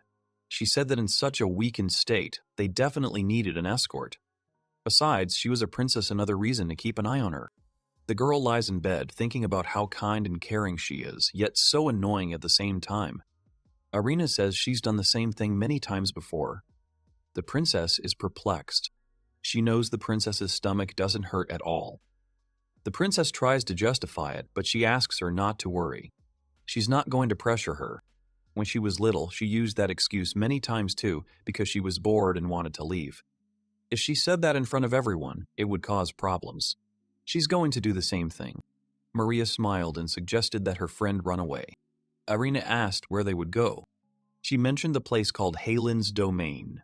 Hot springs gushed there, and this summer they apparently built a resort there to make it even more fun.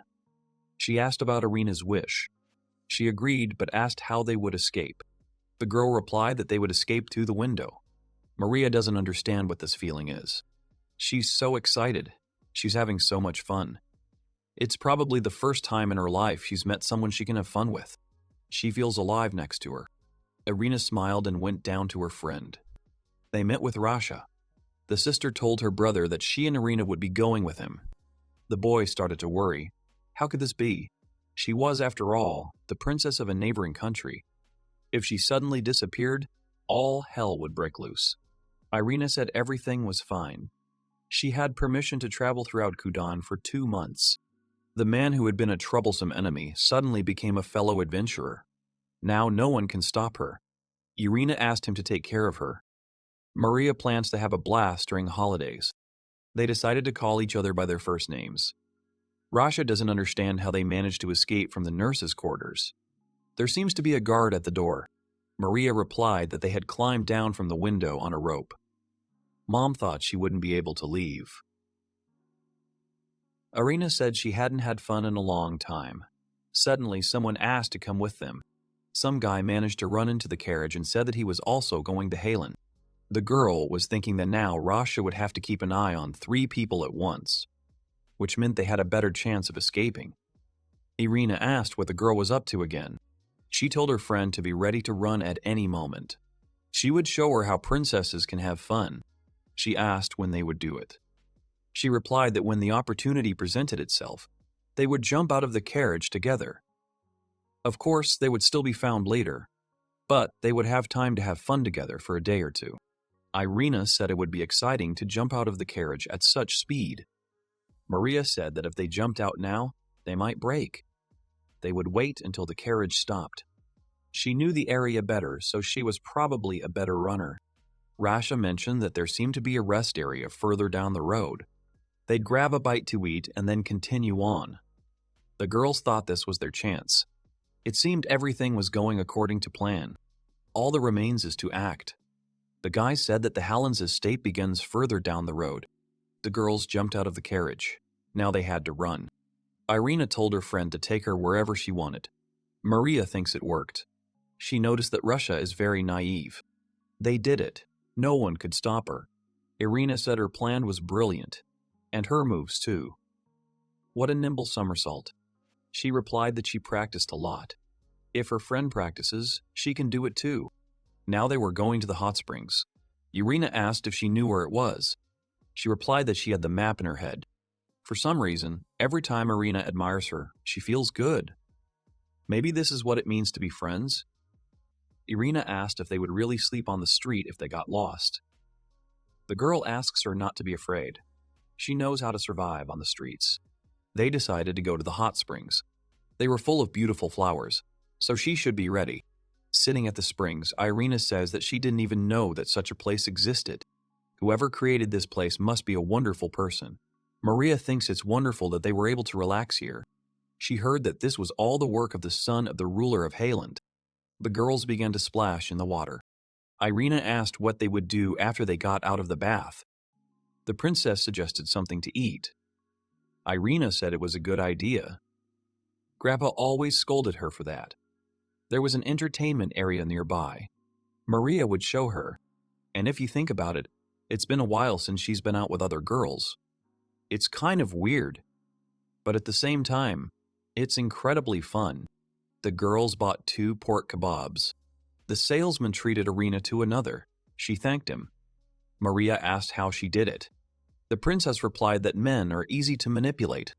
You need to show them your sweetness. Maria doesn't know how to do that.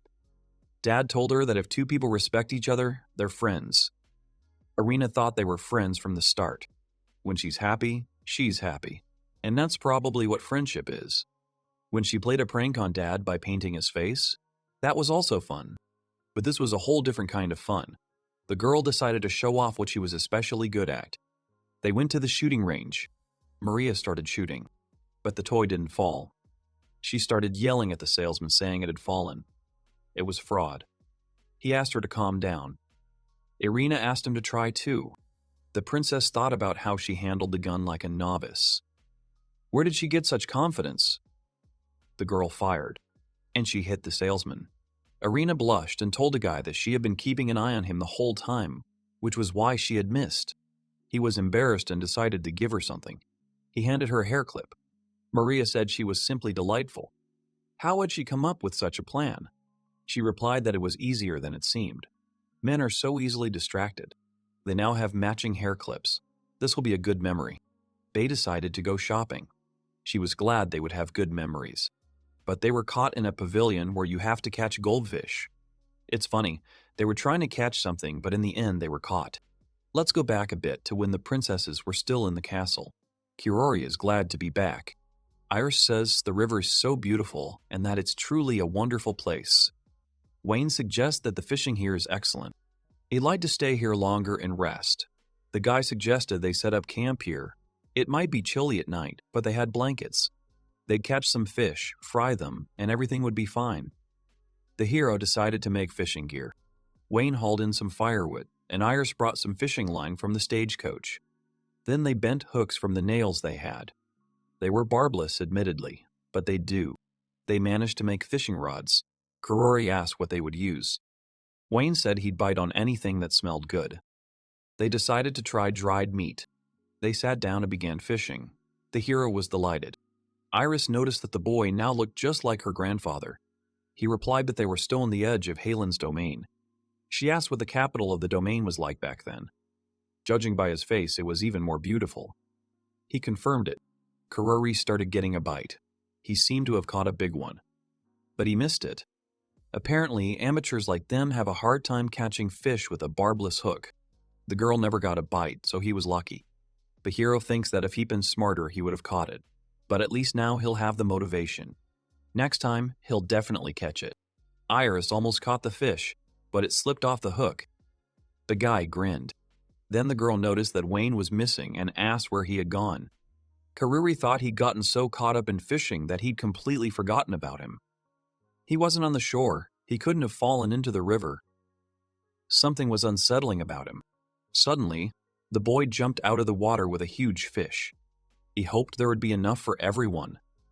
The hero replied that there was more than enough. It was getting late. They needed to light a fire. They began to set up their camp and talk about food. Then they went to bed. Iris remarked that the stars were very beautiful. Wayne remarked that she was beautiful too. Kururi and the girl were surprised, but he's already fallen asleep. The hero thinks that this was expected of him. He'll definitely be popular. Iris noticed that he's asleep. Kururi thought about how lonely Vane would be without Crossy. But he's having a great time. The girl wished she could be so honest too. The boy suggested they go to bed. He fell asleep with the thought that tomorrow he would finally return home. Having had a good night's sleep, they were refreshed and ready to move in the morning. They boarded a carriage and drove to his house. As they approached, people began to gather around. They recognized Kururi and ran out to greet him. Iris said she hadn't realized he was so popular. The hero is glad they haven't forgotten about him. But isn't that a bit unusual? He has a bad feeling about this.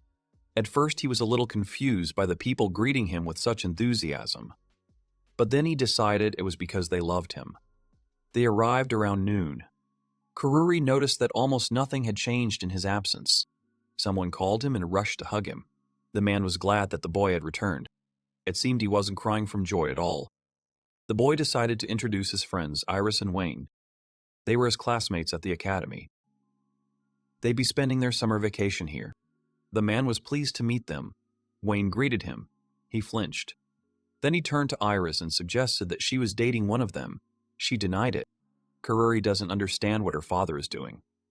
They haven't seen each other in a while, of course, but he's acting really strange. He turned to her father and whispered that the girl has every chance of becoming queen. He asks her not to disgrace the family, and this tall man is the son of the commander-in-chief of the Imperial Army. A realization dawned on the man. He fell to his knees. The son asked his father what was wrong. He replied that he couldn't take it anymore. So much had been happening here lately. At this rate, even his heart wouldn't be able to handle it. Kururi asks him not to worry. While he's here, he'll help him sort out his affairs. His father knew his son wouldn't abandon him in times of need. But he's incredibly busy. He's already at his wit's end, so he'll leave everything to him. He'd done a lot of work before leaving. There was probably still a lot left to do. Dad decided to push it all off onto him. The hero told his father to go soak in the hot springs. He agreed and left everything to his son. The mansion is entirely his and he'll go. Kururi is shocked. Dad, he meant it. It's too late to back out. He started this mess. Now he's the one who has to clean it up. He told his friends he hadn't thought about work, so for now they can do whatever they want. He'll figure something out later. Wayne said he didn't have much to do, so he'd help him. The hero thanked him and decided to go see what needed to be done. For now, he decided to check what needed to be done. The resort is thriving, and many people have come to the city. But the infrastructure is insufficiently developed to accommodate all the newcomers. Moreover, most of them are poor and lack the means to build their own homes. So hygiene is a problem in the city. All problems arise from overpopulation. He didn't foresee this. As for the estate's development, everything is going well. Not everyone has a home, but everyone has a job. Hands are needed everywhere, so it's easy for newcomers to find work. Agriculture is also experiencing a boom thanks to this influx of helpers. The main problem now is building housing, but that requires money. And he also needs to look after the property. Building houses requires both people and money. It's all more complicated than he thought.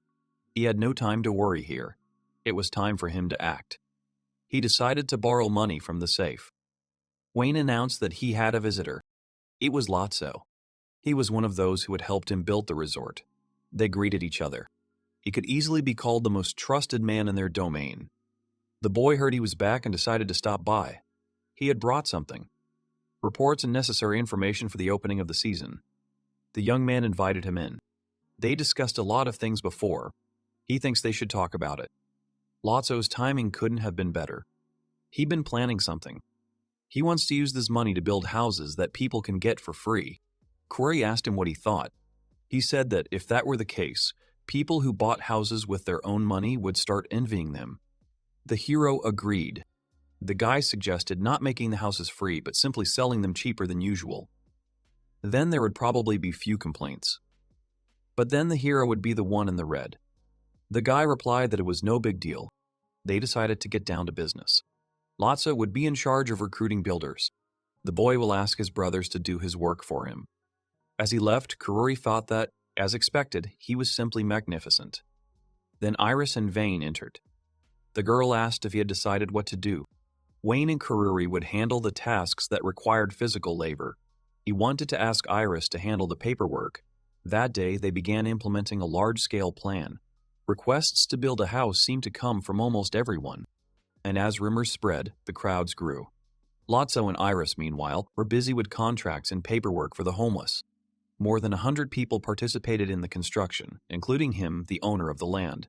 This motivated them, helping them work harder than usual. 1 month of the 2 summer holidays was devoted entirely to construction. Kururi hands Lotso a bag of money. He says it's only a small part of his gratitude. He asks him to accept it. The boy says it's a great honor. He thanks the hero. He thinks that as long as the young man rules these lands, they will prosper. He tells him to call him if he needs help. He was about to leave, but suddenly Iris called out to him. She asked if they would meet again. He replied that of course. If Kururi invited him, he would definitely come. The girl was dissatisfied with this answer. She had something else in mind. She said goodbye to him. Kururi doesn't understand what just happened. He decided to present her with her award. She thanked him and blushed again, looking at the door. The next person to receive the award was Wayne. He said he didn't need it. But the hero insisted. He then asked his friend why Iris was acting this way. He replied that he didn't know. Kururi decided to ask the girl directly what was going on with her. The girl said she'd never felt this way before. The guys were shocked. The hero asks her to tell him. She says it's the first time in her life she's seen such a caring and reliable person. The guy realizes her diagnosis is that she's in love. He doesn't understand how this could even happen. They're talking about Lotso. He's like a secondary character. How can that be? Kururi asks Vane to somehow influence her. He replies that he doesn't even know how. The hero can't think of anything else. They're just 2 ordinary guys who don't know how to treat women. And then they have this girl who's head over heels in love with them. He suggested she go to the holiday villa. Lotso would be there. She said there was no need for her to go there. Even the impenetrable Wayne is worried about her. The hero is simply planning to see him again and decided to ask him if he'll go with him. That's what a holiday romance is like. If this continues, Iris might not even return from vacation with them. What should he do? Maybe he should get down on his knees and apologize to Prince Ark. They saw Lotso in the window. The girl asked if her hair was okay. The hero replied that it was, but she seemed a bit nervous. There was a ring at the door. For the first time, Kururi jumped at the sound of the bell. Had he fallen in love too? The boy greeted Lotso. The hero thinks he really does have a pleasant face and that good guy aura. Maybe he really should bring them together. They both seem like good people. The young man brought a report from the holiday villa. They were going to get things done quickly while he was still here. Kururi had said it would be very convenient in every sense. He looked at Iris. She was in housewife mode. Although you could say she was just a girl, but it didn't matter. She would very much like to be closer. Lotso suggested that the hero pay special attention to this matter. Seeing Iris's tension, he decided to help her with this. He turned to Iris and told her that Lotso had something he wanted to report. It would be useful for her to know about it too. He invited her to come in and listen. The girl blushed. She sat down across from the guy and looked at the hero strangely. He couldn't understand why she was looking at him like that. Couldn't he just see Lotso next to him? The boy finished his report. Kururi thanked him for his work. It's good to have people like him for whom everything runs smoothly. Iris agreed and said Lotso was amazing. He thanked her and decided to leave. The girl was upset. Kururi had no choice. He asked Lotso to stay there for a while. He wanted to refuse, but the young man sat him down on the sofa. The hero said he'd go get something to eat and they could sit and talk for now. The young man thanked him for the offer. Kururi hopes for some kind of result. Vane assumed the hero had escaped. He replied that he thought his presence would be an embarrassment to Iris. Wayne said he was a good man. A hero wouldn't say that. After all, in a sense, he did run away. They wondered if everything would be okay. The guys exchanged glances and decided to go check it out. They seemed to be having fun. They didn't have to worry anymore. Kururi asked if it was okay that they were spying on them. Wayne thought it was a sign of bad manners. They decided to spar. Wayne commented on the hero's impressive swordsmanship. Kururi said the same about his technique. They crossed swords. Then they shook hands and thanked each other for a good fight. Iris and Lotso applauded them. Lotso decided to leave, as he had already had enough rest. When he left, Kururi asked what they had talked about. Iris mentioned that he'd only talked about the hero. The hero thought she didn't look displeased with the conversation. He mentioned being hungry after training and suggested they grab lunch. The next day, the young man went outside and remarked on the fine weather. The carriage was heading toward the mansion. Kururi almost forgot that Rasha was returning today. It was his brother. Roxa and Kururi greeted each other. He assumed Iris was his friend's lover, but that wasn't the case. He also mentioned that he planned to come here alone. But something had come here alone, but something had come up. The hero said he had a bad feeling. Roxa said he had arrived here accompanied by his brother and sister. Maria is currently in town with a friend, and her brother is still on the boat. Kururi and his father were surprised. The boy thinks the prince is here for Iris, and judging by what he sees, Rox is unaware of this. But it's not his fault. His brother only came here out of greed. The father told his son that he must leave immediately. He was counting on him. Ark got out of the carriage and remarked that the Helan lands looked amazing. He had come to visit this place as the first prince. Kururi thought that this guy was only thinking about Iris right now. He thanked him for the praise. The prince noticed the absence of the lord of these lands. The young man explained that he had to leave due to a sudden stomachache. He would take care of everything. Ark was counting on him. Roxa apologized for causing trouble. His brother might be difficult, but he asked her to take care of him. Kururi thought about how difficult it must be to have such a strange brother. Even if he knew the reason for his visit, he should formally ask. He asked the Ralsa clan to wait in the house. Iris and Vane were there now. The first prince tensed. The young man realized his official visit was merely a pretext. He only needed to say he came for fun. Roxa thanked him and ran towards Iris, who was waving at him.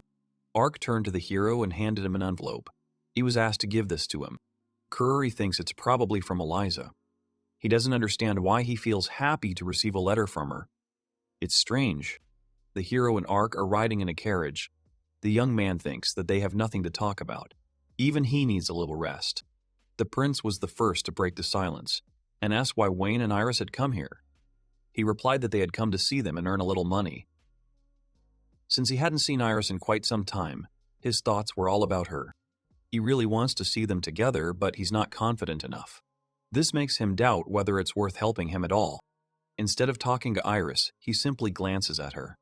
The prince must gather his courage. By the way, Iris is currently obsessed with another guy. How unfortunate. What would happen if the prince found out about this? Kururi invited the prince to try a delicious berry called watermelon at their home. The prince readily agreed. He wanted to see her soon. Rasa, Iris, and Wayne are eating watermelon. The second prince rushed to greet his brother and friend. Kururi mentioned some changes to the original plans. He thought it would be nice for them all to eat together. Roxa invited them to the table. While eating the watermelon, the boy thought it was delicious. Iris said he could spit those things really far. Kururi wanted to say something along the lines of, "She's a girl and shouldn't do that." But she seemed to be having a lot of fun, so let it stay that way. He wondered about the prince's mood. He was depressed. This was his first experience of being sidelined, given his status as a prince. A normal girl would probably have given him some attention. But Iris wasn't one. She was too cold. He looks great and is rich enough, but he doesn't even have a chance to talk to her. Is it possible that they've already started hating me? When did that happen? Kururi said he'd heard that the prince and Iris had known each other for a long time. They were probably often seen together at school. Ark was certain that the hero also interacted with her quite a bit. Iris asks him not to delude himself. The only reason is that they're in the same class. The prince despaired. Raxa said that although they had met for the first time that day, he found her quite charming and offered to be friends. Iris saw no reason to refuse. Kururi thinks that it would be better for Ark to leave right now. Coming out of the bathhouse, he thought he must be more tired than usual today. After what had happened, the prince had been walking around like a zombie, and everything had seemed rather troublesome. It was good that it was over. Then Roxa appeared. He thanked the hero for taking care of his brother. He shouldn't have brought him here. It seemed Ark was interested in Iris. The boy asks the younger man not to worry about his brother's feelings and to pursue his love with all his might. He is confident that he and Iris are well suited for each other. Kururi thinks there was a misunderstanding between them. He said the young man was mistaken. In fact, that's not true. Iris was certainly a kind girl, but he'd never thought of her romantically. The girl overheard their conversation. Now Roxa understands everything. He feels much better. He's tired and thinking of going back, so he invited the hero to come with him. He replied that he wanted to get some fresh air, so he'd come back later. Kururi is sitting on the grass. Someone approaches him. It was Iris. He invited her to enjoy such a pleasant evening together. They've known each other for several months now, and he no longer feels awkward in her presence. Considering this, it's safe to say they've become good friends. It's possible that much more could happen in the future. Iris admitted that she overheard a recent conversation between him and Raska. It turns out the hero doesn't see her as a woman, but sometimes she thought it would be great to become his lover. The guy was surprised, but she said she was joking and decided to leave, wishing him good night. The hero doesn't understand what just happened. Was she teasing him? Most likely that's it. She likes Lotso. He thought he could convince himself with these arguments, but he couldn't fall asleep. It seemed he was still too immature. Besides, he's very curious about the contents of this letter. It must be different from the last one. He hopes everything is all right. In her letter, Eliza asks how he spent his time in his hometown, how he's feeling, whether he's sick, whether he's eating well, and whether he brushes his teeth every day. She hopes he doesn't get into any dangerous adventures. Kururi thought it was more like a letter from his mother. After reading it, he was left with a rather strange feeling. The girl doesn't like the current weather in the capital. It's too hot. Even her father eats frozen fruits every day. Kururi feels as if her sister is telling her about the state of affairs in their family. There have been recent incidents where people have been found dead. It's possible this is due to the heat. It's quite scary. In total, about 7 people have died this way. Even though they had wives and children, they still managed to flirt with random women. They were scoundrels. It's only natural that they were punished. The suspect in all this is still at large, and there's a chance she's on his property right now. The hero thinks she's changing the subject too quickly. She genuinely has nothing to talk about. Maybe she's trying to hint at something. He's not a cheater. Besides, he doesn't even have a girlfriend. Eliza asked him how he spends his free time. It was too obvious that she was interested in what they were doing. Why write like that? It was too easy to read her thoughts. This letter was quite amusing to read. She still wanted to write to him about so much, but all this was as important as his health. The hero wrote her back. He told her that it was indeed fun and very hot here, but quite bearable compared to the capital. It was truly terrifying that every victim was a traitor. It was only natural that they got what they deserved. Having finished the letter, he thought that was all. Now he could get some sleep. The prince remained depressed. The hero couldn't leave him like that, so he brought him to the city. The prince is very handsome, intelligent, and has the right to do whatever he wants. These are the very traits that have always attracted the lady's attention. Kururi is confident that a little attention from the lovely girls will bring Ark to his senses. A girl approached them. Instead of addressing the prince, she addressed the protagonist. The boy was shocked. The girl had always admired him and would have liked to shake his hand. The other girls agreed with her. Kururi is flattered, of course, but that's not why he came here.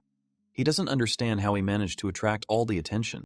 Ark is a handsome man, and when he's silent, he's absolutely beautiful. So why did the hero get all the attention? Is this really what people call the difference between home and foreign soil? On the other hand, there's another reason for their attitude toward him, and this is the difference in their status in the eyes of others.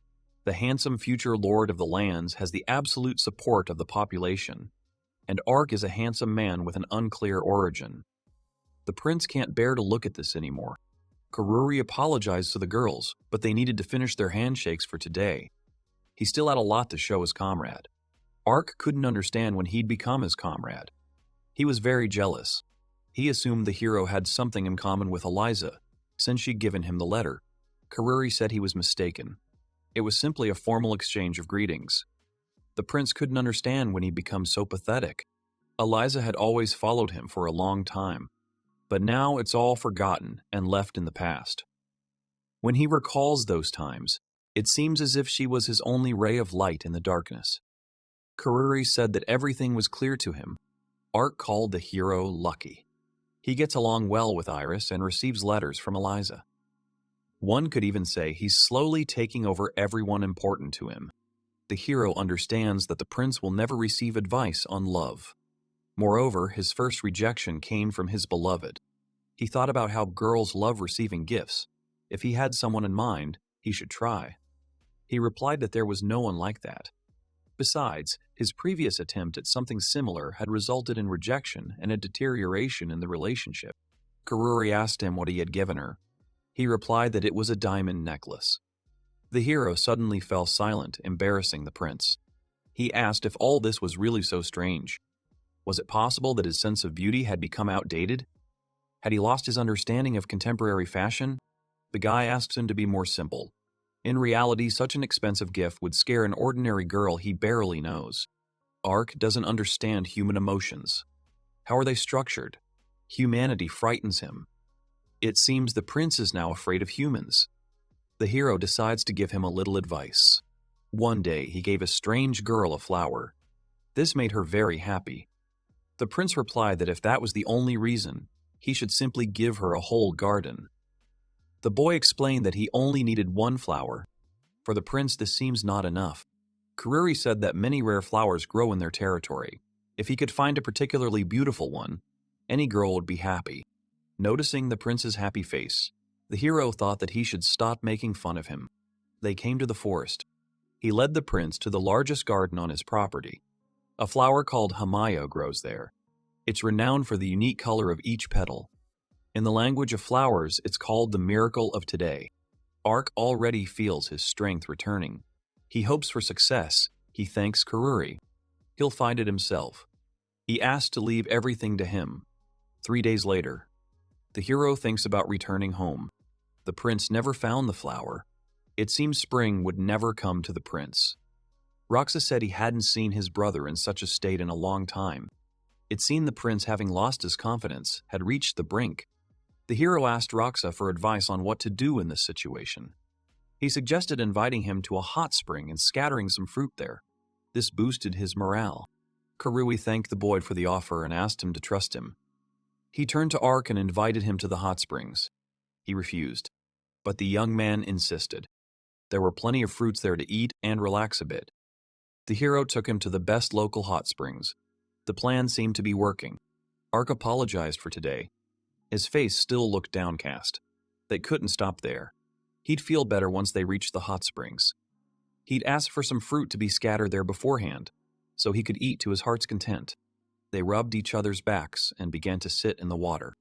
The girls behind the wall were discussing their body parts. Kururi felt like he'd rented the entire place, but it looked like the female part was still working. The prince asked if he hadn't reserved the entire place. He replied that they had left the ladies' section exposed. This made Ark feel uneasy. The girl compared her breasts to a watermelon. The boys were surprised and blushed. The prince asked to hold the watermelon. His face was red. The berry was very large. The girls then started comparing their body parts to oranges. They were a bit heavy, but not too heavy. Besides, many men like that size. Ark said the girls were right. It was quite comfortable. Is it really true that men think about the same things? The prince said it was nice here. He was very pleased. He thanked the hero for bringing him here. He was thinking about leaving. Kururi asked if the prince would be satisfied with just their voices. He replied that without the opportunity to see them, they could only enjoy the content of their dialogue. The boy said his comrade was wrong. He had done this before. Kururi asks not to misunderstand him. That attempt failed miserably.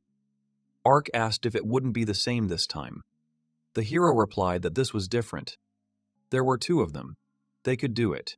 They were using the shoulder rider tactic. Ark says he can't see anything.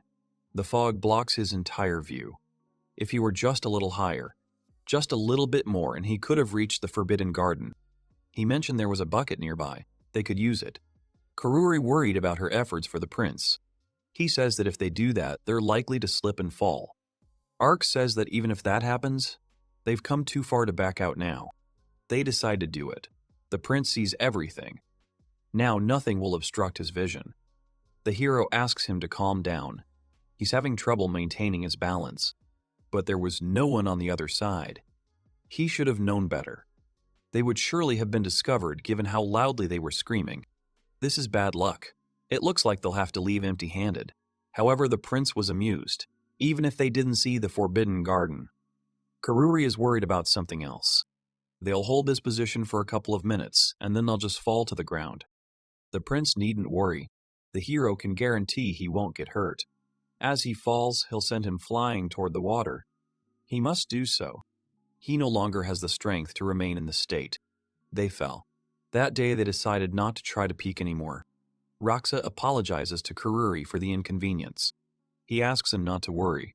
In any case, he wasn't the one who created them. The boy promised to come alone next time. He counts on his care. It's time for him and Ark to move on. Roxa thanked him for everything, and they left. Iris noticed that they were already gone. It would be a little lonely here without them. The girl was sad that Roxa was no longer here. It seemed as if the prince no longer existed in her eyes. She wondered when they'd be visiting again. Mr. Roxa was quite a busy man, so he was probably on winter break. Ark was no longer in this world for her. They entered the house. From now on, he'll finally be able to relax and enjoy his summer vacation. And by the way, Iris and Wayne have arrived for work, so it's worth giving them some. It should be something fun and simple. He's thinking about starting a business selling face masks like he did with Toto. They'll start selling near the villa. He asked a friend to take all the masks to Lotson's, and Iris will go with him to sell them. The area next to the villa. Kururi calls people over and explains about the masks. The woman asked them what it was. Kururi explained that she was now wearing a face mask. If she applied it once a day, her skin would turn purple like pudding in a jar. She decides to take one. The hero explains that since she's their first customer today, the mask will only cost 5 silver coins. That's a pretty steep price. The woman agrees. She didn't even bat an eyelid. What amazing power the wallet has. She asked how to use it. Kururi explained that she should remove the leaf from the container and apply it to her face. The effect would last for a full 8 hours. He advised pulling out the leaf and not delaying. The woman said she'd try it. If the effect was exactly as described, she'd definitely come back. Kururi thanked her for her purchase. It was a very quick sale. Iris asked how much food could be bought for 5 silver coins. The hero replied that it was quite a high price. It's good they were able to sell one. The guy said that sales depend on what the people who buy the product think of it. They only sold 1 mask. It will be a while before more people come. The whole point of masks is that the buyer is obligated to come back and buy more. They needed to make sure everything went smoothly. They had to do everything they could to sell as quickly as possible. They didn't yet know how things would go. Iris smiled and said they'd try their best. Another woman approached and asked about what they were selling. Kururi presented his wares. Another woman expressed interest. The young man explained that it was a face mask. The girls began to approach the counter. Iris said that they really sold a lot today.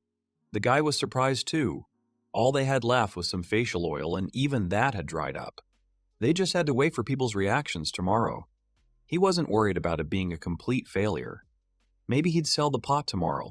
Moreover, depending on people's feedback, he would need to make plans for the future. The hero suggested using it in conjunction with Mr. Lotson. The girl agreed. Her face flushed at the mere mention of his name. Iris was truly in love. The heroes met. Vane said he truly felt better after all his work. They had a few unused masks left. He offered to give Lotso one. He agreed and decided to take only one. He's thinking of giving it to his wife. It would be a fitting compensation for his recent busy schedule. Kururi, Vane, and Iris are shocked. The hero opened his mouth in surprise. He has a wife. What kind of turn is this? Who would have thought? Iris lost consciousness. Lotso was disconcerted. He asked what had happened.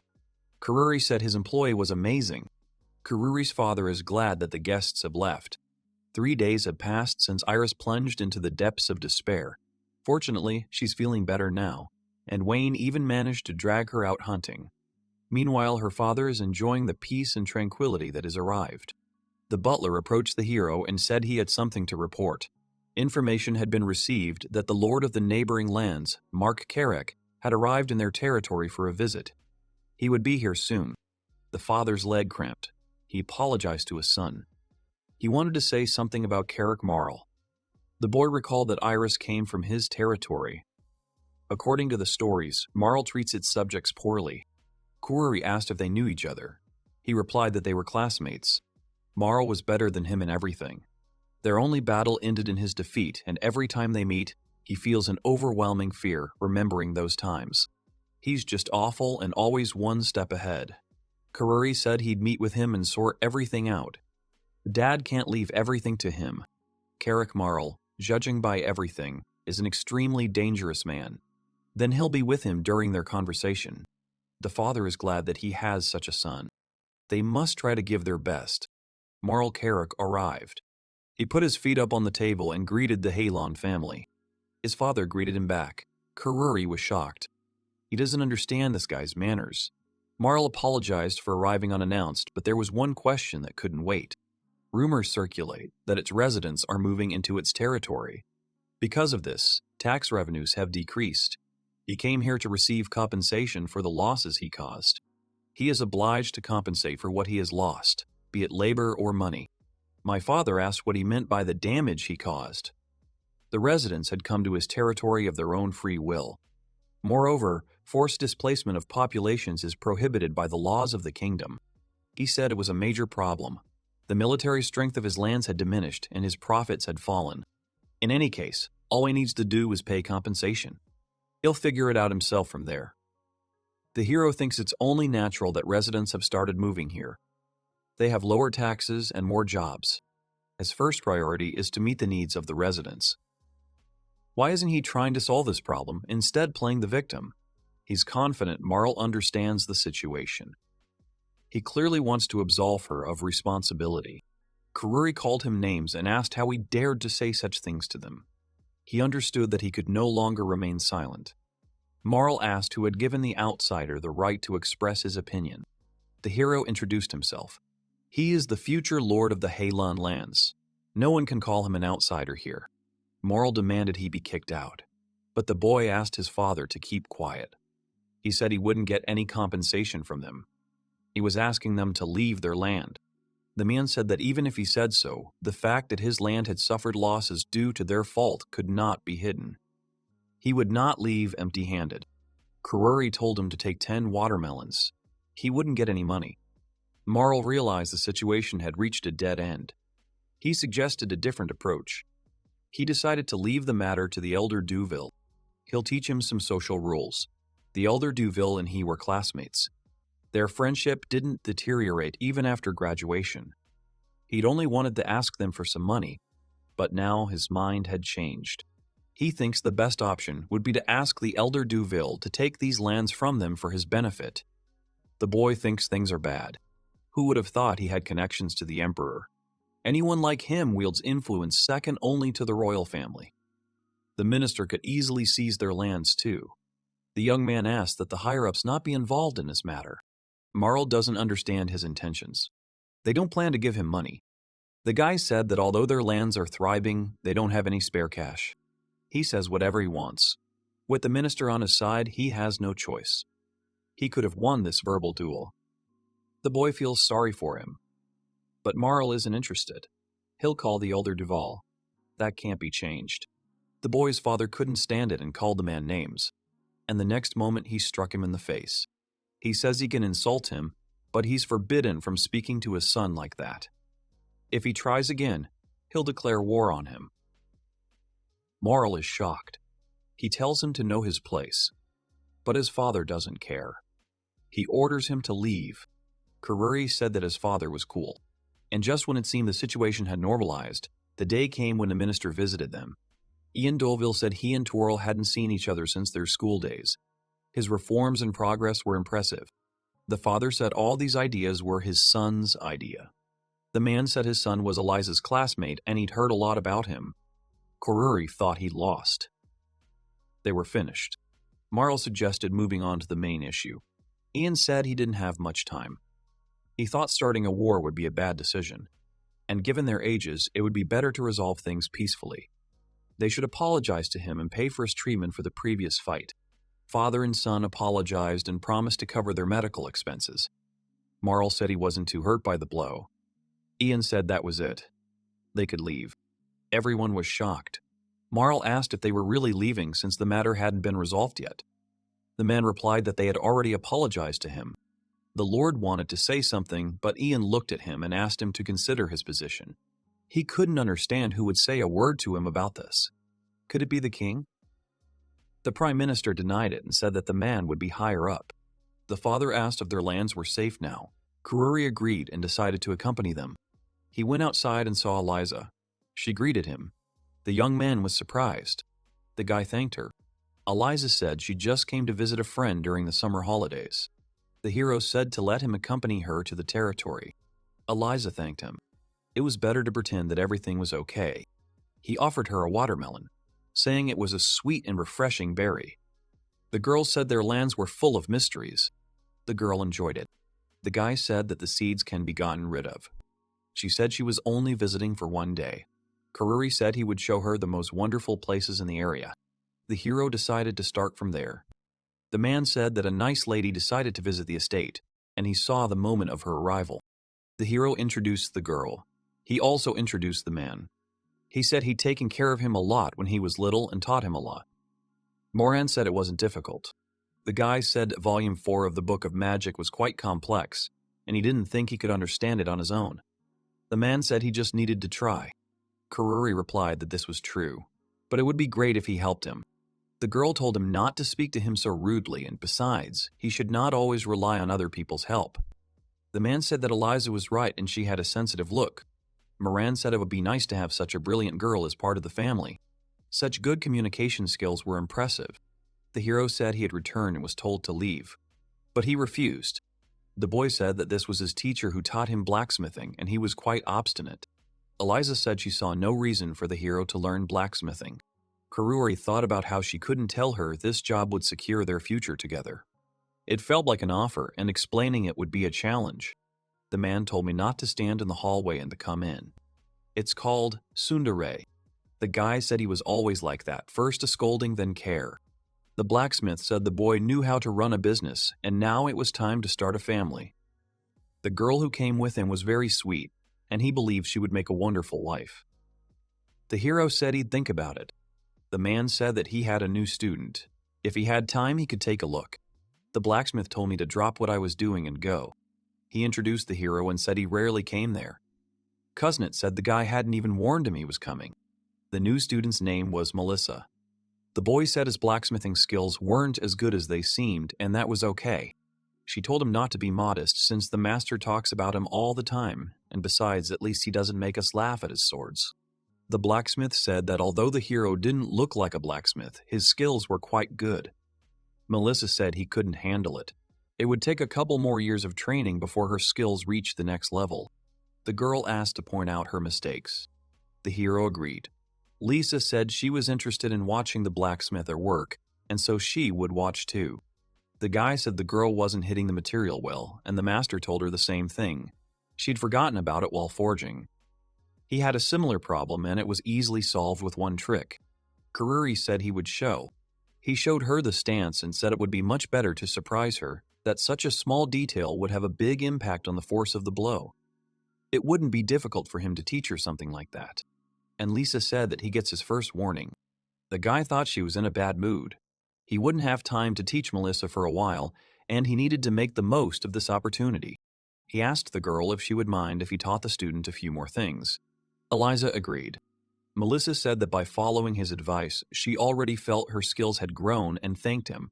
Since he was a year older than her and the master's senior apprentice, she called him a brother. This form of address made him feel a little prouder than when Rashid did it. Being called that by a girl who wanted to be like him was a great joy. Eliza gave him a second warning. He was asking himself a lot of questions. At that point, Melissa finished. The hero said the sword's balance and appearance were good.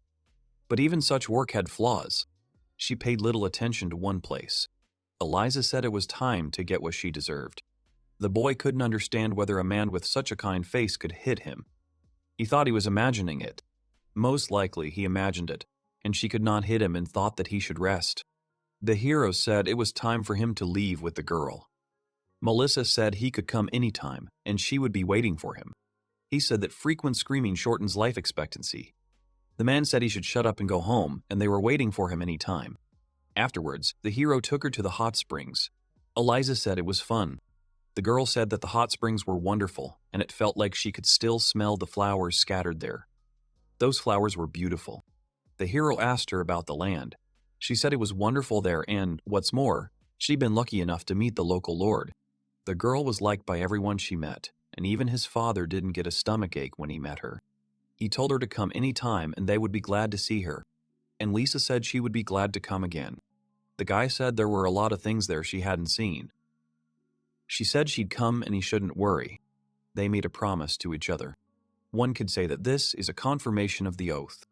Eliza said she felt a little dizzy after the hot springs. The hero thought it was cute. Having finished the conversation, the girl went back to the capital. A little sad, he saw the carriage off with a glance and went home. Today had been a fun day, though one question remained. He didn't understand why he'd introduced Eliza to his family. It was odd, but he enjoyed it. Besides, Eliza had a good time too. In general, this was the original goal, and pleasant memories won't hurt. Several days passed after Eliza's departure. Since there were 3 of them, the guy suggested changing formations. Wayne wanted to be in front. Iris also wanted to be in the front. The hero said he'd cover them.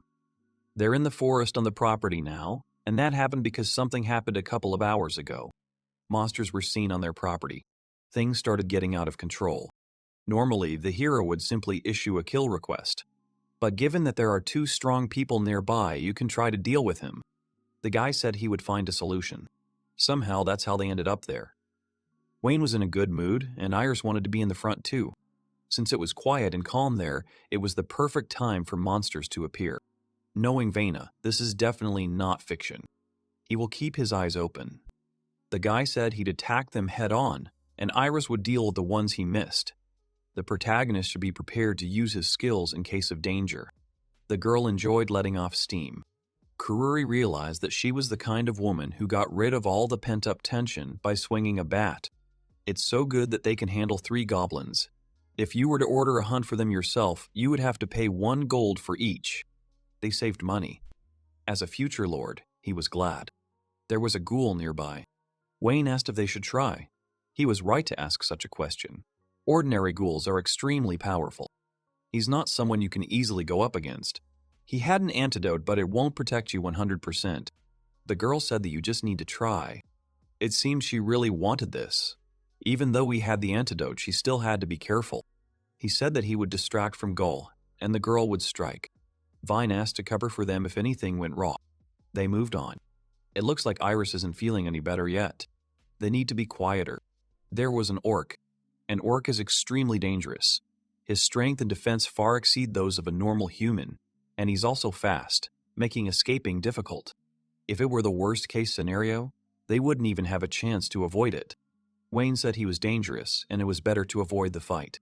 If he made a request, the cost would be considerable, so he wanted to figure it out himself. Iris suggested giving it a try. The plan was the same.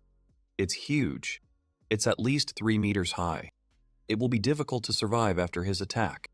Although Iris acted too self-confidently, her actions bought a little time. There is no turning back now. She said goodbye to her crush. The girl said she felt completely better now, and the monster's face was simply terrifying.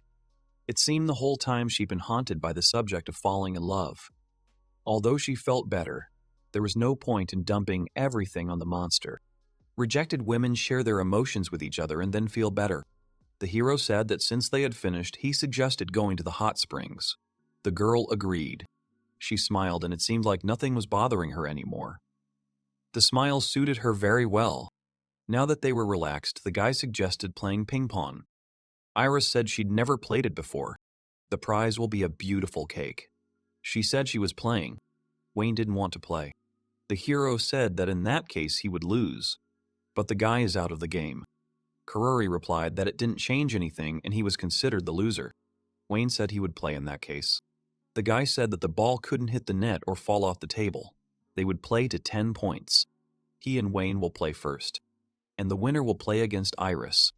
The winner will take the cake. Wayne suggested changing clothes since it was hard to move. Their current clothing was not suitable for table tennis. The guy replied that it was a tradition.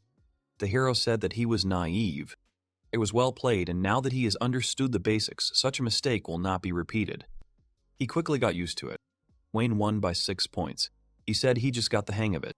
It looks like it will be hard for the girl to win. In any case, the most interesting part is about to begin. This is what table tennis was all about. The guy said he was too nervous right now to give in. Iris said they'd see who was better. He didn't hold back. Instead of having fun, he played seriously. The girl told him not to mess with her. He hit her in the same place several times in a row. The hero apologized for disappointing her. The score was tied. Whoever got the last point would win and take the cake.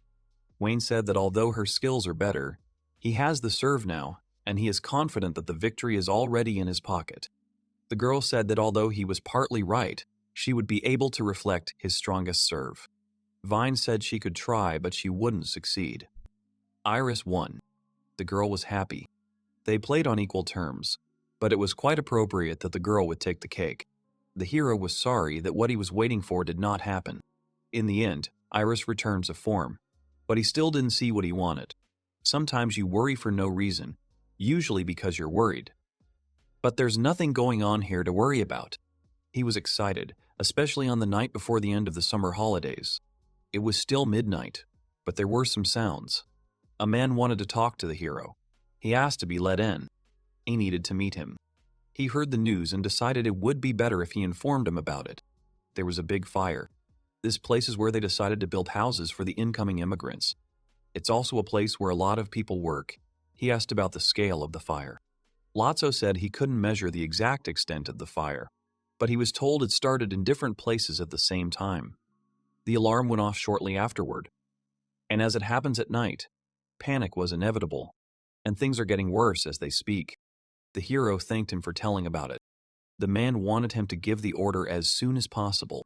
The guy said that first he would change his clothes and get ready. He needed a little time. Someone as calm as the man was very serious. The situation may be more serious than he expected. He was not sure whether he would be able to cope with the situation and control it, and the fact that the fire started from several places could not be an accident. But it is also possible that the report was not accurate. It is difficult for him to take any big actions now. There is a chance that it is a coincidence, but he cannot confirm it. The main task is to look after the fire. The hero apologized for keeping them waiting. By this time, the horses were ready. He tried to stop his comrades, but they did not give up. It was still midnight, but they woke up. Wayne said that if he made such a scene, anyone would wake up. The girl said they wanted to help him. The guy said he was still not sure. There was a chance they could be in a dangerous situation if possible. He would prefer for the two of them to stay there. Iris said she couldn't be persuaded. She was going anyway. Voy said he couldn't stop them. The man regretted not being able to be quieter. The hero said that it was not his fault. He didn't know if they would return safe. They agreed anyway. The guy said that then he would be under their care. In any case, Vine was bored anyway. He has reliable friends. There was a chance that something Lotso said was true, and there is a high chance that it was a planned accident. If so, it will be a pretty dangerous place. If they are exposed to a fall while putting out the fire, it will be a big problem for them. If they have the ability to stop the panic, if the criminals behind it interfere with them while they are setting that fire, then it will be a huge problem. If they don't hurry, things will be bad. The man said he was sorry because he thought he had called them to such a dangerous place at such a time. But he couldn't think that anyone but them could take care of the situation. The guy replied that he didn't need to apologize. The hero said that he was glad that he had told him about it. He would have been very sorry if he had not taken any action. Lotso said he appreciated it. Vine said he would take care of the enemy. And it was necessary to do everything together. The man said that he would do it because it was dangerous. They were the shield of the country. Risking their lives was their job.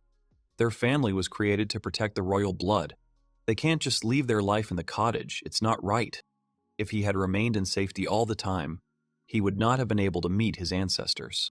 He had his own problems. The same goes for him. To make the process easier, he needs to fulfill his duty no matter what. The guy didn't think that Wayne would be so persistent and that he wouldn't be able to stop him. The hero said that he was instructing him to deal with potential enemies, but if it was too dangerous, then he had to join in and had to promise him this. The townspeople were in a panic, and he tried to calm them down. He couldn't contact them. Iris told me not to rush myself. She had an idea. She asked to leave it to her. She asked to show her the way. He had never seen such magic. Iris asked him to wait, as she would be back soon. The hero had a feeling of déjà vu. Long ago, he summoned spirits in the form of a radish. She wanted to do it too, but she just couldn't. Then she met a generous man at school who helped her. It was a mandrake. It's only been 2 years since she was born, so she's still a child. The boy asked why she'd summoned her. He said he didn't see the point in using her in this situation. Iris said she was still a child, so there was no problem. The hero said that when you pull them out, they should cry. The girl replied that she asked her not to cry. The guy thought he didn't understand anything. She asked him to cover his ears as if asking a mandrake to scream. The boy didn't understand how she was supposed to ask it. Iris asked the mandrake to scream. She apologized for waking her at such a time, but it was an emergency. She asked her normally. The girl said not to say that, but if she fulfilled her request, she would give her as much hummus as she wanted. The girl thanked her. Now she will return her back to the forest. They thanked the mandrake. The hero said that from now on he would be responsible for everything and there should be no objections from those who had previously left the place immediately, as far away as possible. He asked them not to try to put out the fire themselves, even if their house is on fire. He will try to compensate for all the losses when the problems are solved. If they cannot move, then they should rely on other people. Safety is the most important thing now. The rest will keep an eye on the fire. The river should be nearby. The hero asked to take everyone there. They will use all the buckets they can find and put out the fire. It looked like they were being followed. The man saw some movements that were heading towards the forest. Perhaps they are criminals, and he will go after them. The guy said it could be a trap. Wayne said he knew it, and even if it was, he'd distract them for a while and asked him to keep an eye on the fire. The hero asked not to forget about safety. Wayne replied that he already knew about it. Iris and Kururi will help citizens. The hero asked them not to stop and to continue. The fire wasn't getting any worse, and if they kept going, they would. One person looked at them for quite a long time. The hero asked Iris to protect the others, and he would stay there. He ran away as soon as their eyes met. Without a doubt, it was him. The guy didn't know why he was there, but he was definitely involved in the incident. The hero said it was too late to run. Vine followed the criminal. The hero caught the man. He asked to spare him. The guy said he wouldn't kill him. He'd take him to his lord using brute force.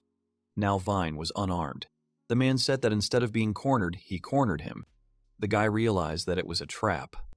The stranger said it was for him. The bandits mistook him for the main character. They said they lured him there to catch him. The guy realized that the original goal was a hero. According to him, he was not Kururi. They decided to just catch him later. But now the man couldn't let him go.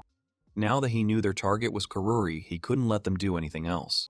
The man said that he might be strong, but he had no sword, and there were 6 of them, and he was the only one who should be afraid. He said the guy was in a terrible situation. Vine replied that he was a little crazy and not particularly emotional. Because of this, he doesn't have many friends, which is another reason to protect and cherish the friend he does have. That's why they will lose. The man said that he didn't really understand him. But if he wanted to fight, he could do so. He said that they were mercenaries and people like him were nothing compared to them. The guy said that they can still do something, but you don't even need a sword to defeat them. There are 5 left, and he said to come up to them all at once. One of the bandits asked why he was saying this to his enemies. Vane replied that it was obvious since he would be able to defeat all the minds and told them to come closer. He said that since they don't want to, he will come himself. The guy assumed that someone had hired them and told him to spell his name correctly. The man said that he would not name him even if he defeated him. Vine said he'd hunted all sorts of animals, but he'd never done it with people. He told him to see if they would still be as steadfast after he dispatched them all. The man said that he would tell him everything and asked to spare him. It was moral. He was behind it all. The hero said it was an interesting coincidence and a little strange that he'd ended up in such a place. The man said he didn't understand what he was talking about. He smiled on purpose and pretended that he didn't understand anything and hadn't done anything. The guy said that he didn't have any more time. First, he will tie him up, and then he will listen to what he has to say. Marl said he had no grounds for it, and he would regret it in court, and the only person they could tie up would be him. The main character said that his story made him sleepy and asked to forget everything he said. He would simply attack him. But before that, he'll tell him the truth. The man said the people there had long ago established business on his territory. He could not come to terms with such a simple change of things. He could not forgive it. The guy said that these people were the ones who were going to start life from scratch. These were people full of hope for a better time. The hero saw no reason to respect him. Marl replied that he was great. They had to bow to him, and so he burned the place. To see them run away desperately. The guy said it was a stupid reason, all because of his low self-esteem. The man said to behave properly if he is so noble. The hero said that this is not something that the nobility should do. He said he had had enough of the chatter and was drawing his sword. The guy said to go out with him to a duel. If he loses, he will answer for all his sins before the people and will receive what he deserves from the kingdom. The man said that he accepted his challenge. If he loses, he will do as he wishes. However, if he wins, the guy will die anyway. It will be his problem after he loses. His blade will pierce him. The guy said he swears. He didn't remember the Lord having such a sword. Marl told him not to hesitate in the fight. The man said he was too soft and had no sympathy for his opponent. That's why he will win. The guy said that his sword was useless. Distracted, he was already ready to lose the rhythm. The hero said that he had won and the man would answer for his sins and take responsibility for them. The battle is over. A little later, the gendarmes arrived and tied up the man, taking him with them after the battle on the remains of the burned houses. The girl said that everything ended well for them. The hero replied that everything was fine with him too and he had found that leader. The guy said that it was in vain that he tried to beat confessions out of the guys. Wayne said there was no need to worry about him. But whatever the case, he was glad the boy was unharmed. Their team did a good job. In fact, Vine would never have mentioned something like that, but now, he still said it. People change anyway. The girl asked who was behind all this. This was that very leader. They will send him to the capital where the king will take care of his punishment. Based on the information they said, the whole gang was there. The case was closed. The man said that, as expected, the hero couldn't find anyone better. The guy thanked everyone. It was a long night. The man was captured and brought to justice. Peace returned to the valley, and as a nobleman and temporary lord, he could continue to play his role without interference. The hero asked if there was anything else he was unhappy with. Moro replied that this was not the end. The boy said that his friends were gone. The man said that they were all with him. Kururi said they were holding them there and keeping them under surveillance, and they wouldn't be able to do anything about their situation. The man agreed. Now his hands are tied. He said that he was at least still capable of setting fire to the lord's estate. The hero said that it was impossible. Marl said he wouldn't let him relax alone. Their target was their father. He told them to turn the horses around. The man said that it should be burning brightly by now. At midnight, the fire will completely engulf it. If the hero thinks he is lying, then he must go to the estate, and all that awaits him there is the ashes of the ruins. His father may have been a coward, but he was not a bad man at all. Whatever the case, he won't let them die in what's already a terrible time. All his loved ones are still at the estate. This is the house he grew up in, and he won't let anyone harm him. The hero said that nothing was over yet, and he still had hope. Moro replied that it was a hopeless situation. There was something else he could do. He must activate the magic book he borrowed from Moran. He is not sure how many times his spirit has been broken. He may not have been able to do anything before, but now he just has to do it. The guy has to do it. He couldn't do it in that situation. The girl told him to listen. He did it. This long night is finally over. The aftermath of the incident was truly difficult to understand. Repairing the houses damaged by the fire required a large labor force and money, and even if that were the case, the victims continued to live happily ever after. That's the most important thing.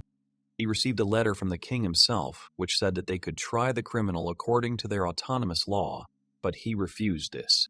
The hero is confident the king will find a suitable punishment for them. Vane replied that he is a good ruler and was right to trust him. The guy said he believed him, but he didn't even know what their king looked like. He wondered what kind of person Rashi and Ark's father was.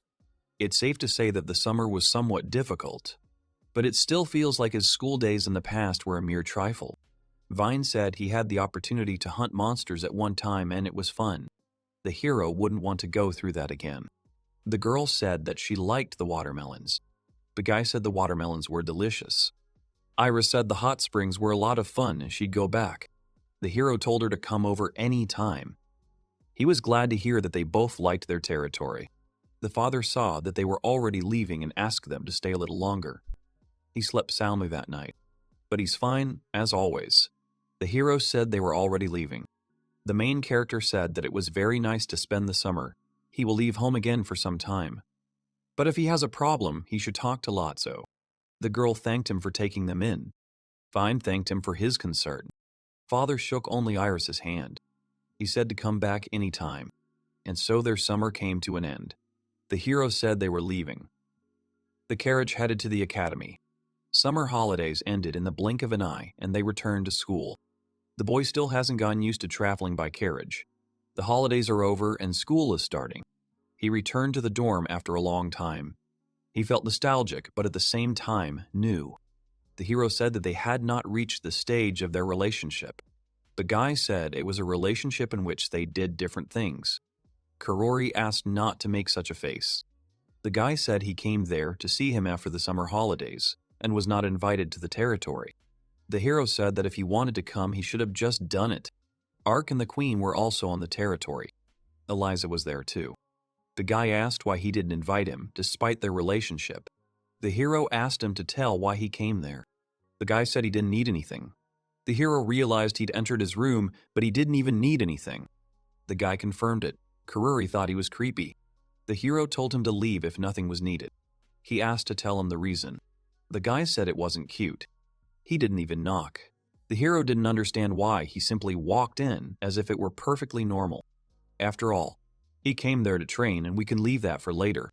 The guy said he'd arrived just in time and asked for help. Kururi tried to coerce him into helping him. The hero said that he was the one trying and asked to take his hands off. Vi told him not to overdo it. However, the hero did nothing. He said that it was worth meeting Kururi after a long time. He was supposed to come. Despite his casual answer, his legs were shaking. Vine adored him very much. Rain asked him if he had been visiting. The guy said he wasn't invited. He knows it's hard to ask out someone you like. The hero didn't like him. They enjoyed tea while they waited. Wayne was shaking. For some reason, Rail became close to him. He thought the day would come when his room would become private. It didn't matter, and he wondered if Corsi would even come. He thought he'd arrive first to practice with the vein. He didn't. He said he had something to take care of, so he didn't go to the territory. He said something like that, and they were interested in how he spent his holidays. Rail said that Corsi won't come. Still, she is now in a rather delicate situation. Wayne said that even though he is handsome, he is still a boy. Rail said he was wrong and she was a girl. Besides, she's a princess. A beautiful princess from a kingdom. She was exiled because the country became unstable due to civil war. Now everything is calm in the kingdom, so she returned. She's the only direct descendant of the royal family. Vane comes from a noble family, so he should be well aware of that. The hero asked himself many questions. Just knowing the situation in the knight's family, he wondered how shocking it would be to throw a party for a girl.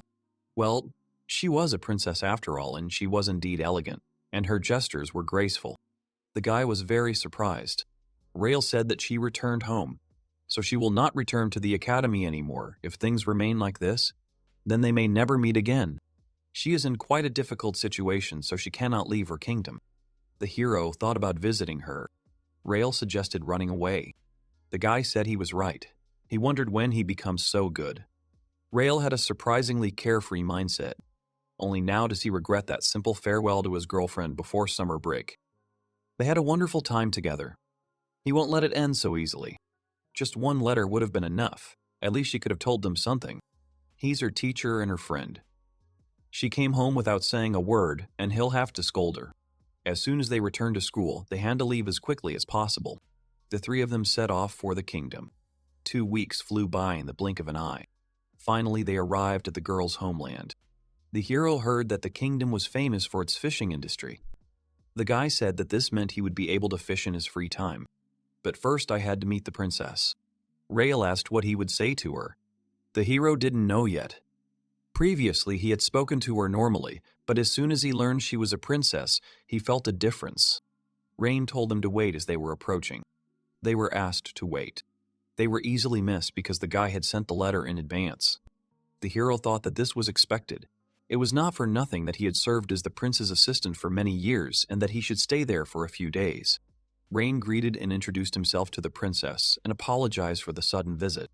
The girl asked him not to worry. She said she thanked him. The guy looked like an ideal nobleman. The hero said they hadn't seen each other for a long time. The princess said she hadn't had the chance to say goodbye and apologized. Kururi replied everything was fine and he heard that everything was back to normal now. And if she was safe, then everything was fine. Still, she regretted not being able to say a proper goodbye in the rush to leave the academy. She thanked them for coming. The guy wanted to talk to Vine.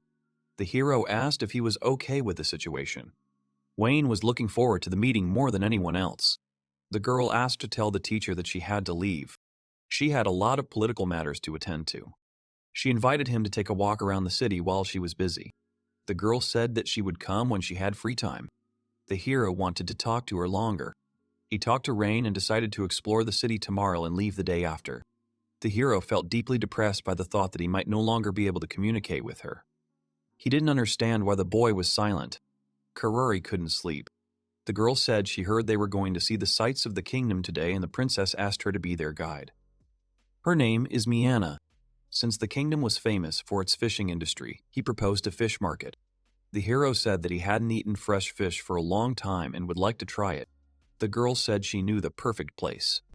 This place is close to the royal castle, so it's safe. The country isn't very rich, but the people are well off thanks to the fish. This is what made the kingdom so unique. Further on was the pier, and next to it was a market. If they saw their favorite fish, they had to buy it before heading home. The hero asked if this fish could be eaten. The girl replied that many people ate it that way. The guy said he liked raw kururi. There was a restaurant nearby that had the best fish in town.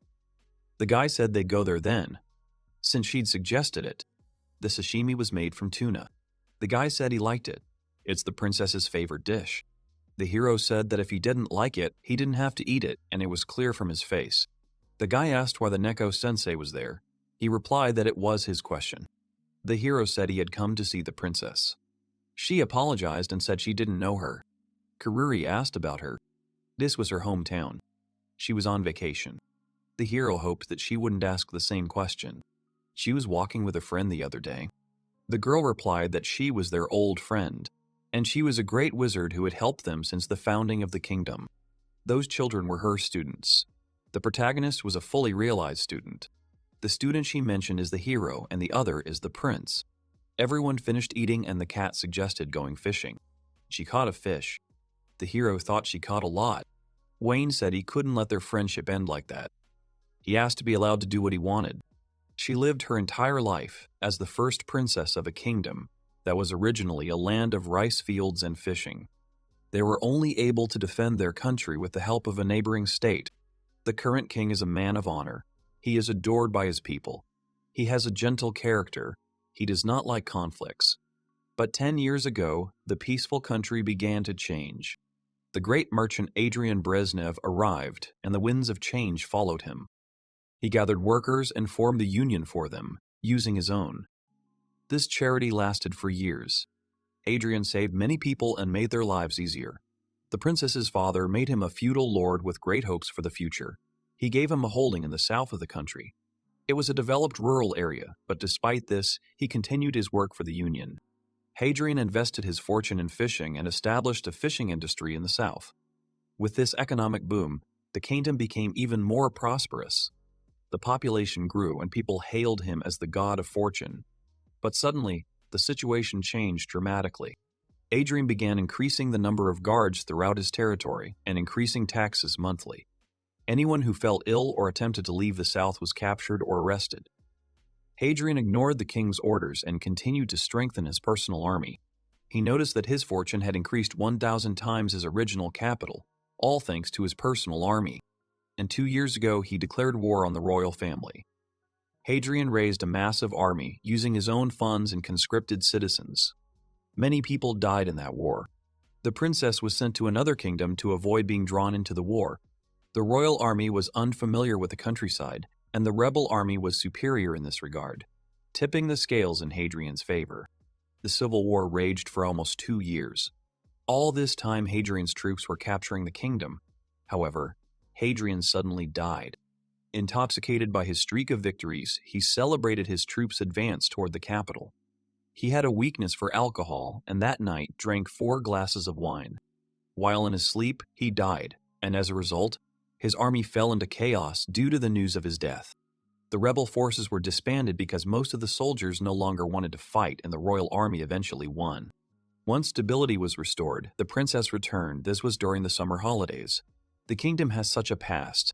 The crisis is not over today. That is why she came back. Nico is so quiet, he doesn't want to ruin the moment. Veen said she was too modest. The girl said she had helped them immensely during the Civil War, defeating numerous enemy generals, and that it was only thanks to her that the royal family had been able to survive the past 2 years. That's why she allowed him to cook for her. She wants him and others to help the princess. She's counting on a hero. The guy said something could happen to the country again.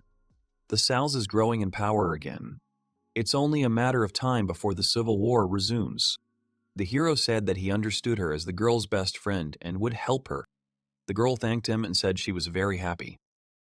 Vin should be upset. Misunderstanding the princess's intentions was the most painful thing for him. After all, they were best friends. Rael said he and Vine learned of the Civil War in the kingdom when Kudan sent reinforcements. Vin isn't the son of a knight captain. He should be especially disappointed. If he'd learned the princess had been drawn into the war, he would have immediately joined the army. But only thanks to the girl's link he was able to become friends with her, and in any case he is grateful for this. Nico said the crisis wasn't over yet, and he couldn't ask for details. Perhaps there was something they still hadn't figured out. It was quite a complex issue. They decided to check where the sound was coming from. There was a smell of smoke. The hero said that it was only thanks to his reaction that they were able to put out the fire in time. The guy assumed that everyone went to the main hall. Rain was able to apprehend one of the criminals. This showed what the princess's assistant was capable of. She was urgently evacuated, surrounded by her guards, and he thinks she is already in a safe place. The hero said that if the girl was safe, he would be at peace. He couldn't learn the details of the incident until the next day. The fire most likely spread from an empty room in the castle and a food storage room. Other fires were also extinguished in time, after one of the saboteurs was captured by Rein and their fire extinguished. A wonderful performance was then staged, which was attended by many guests.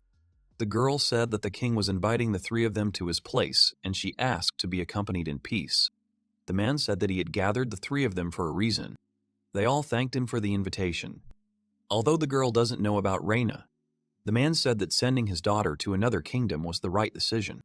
The girl said that she was very sorry for the inconvenience she had caused him. The guy replied that it was okay. She said that her father said that she should relax with her friends. The protagonist said he was worried they wouldn't be able to talk anymore. The girl was also glad about that. The guy said they got a little distracted while they were telling him about the kingdom. While she was in a safe place, Prince Ark supported her with help in another country. The hero told her not to worry. If she hit him, he'd go back to her old Wayne.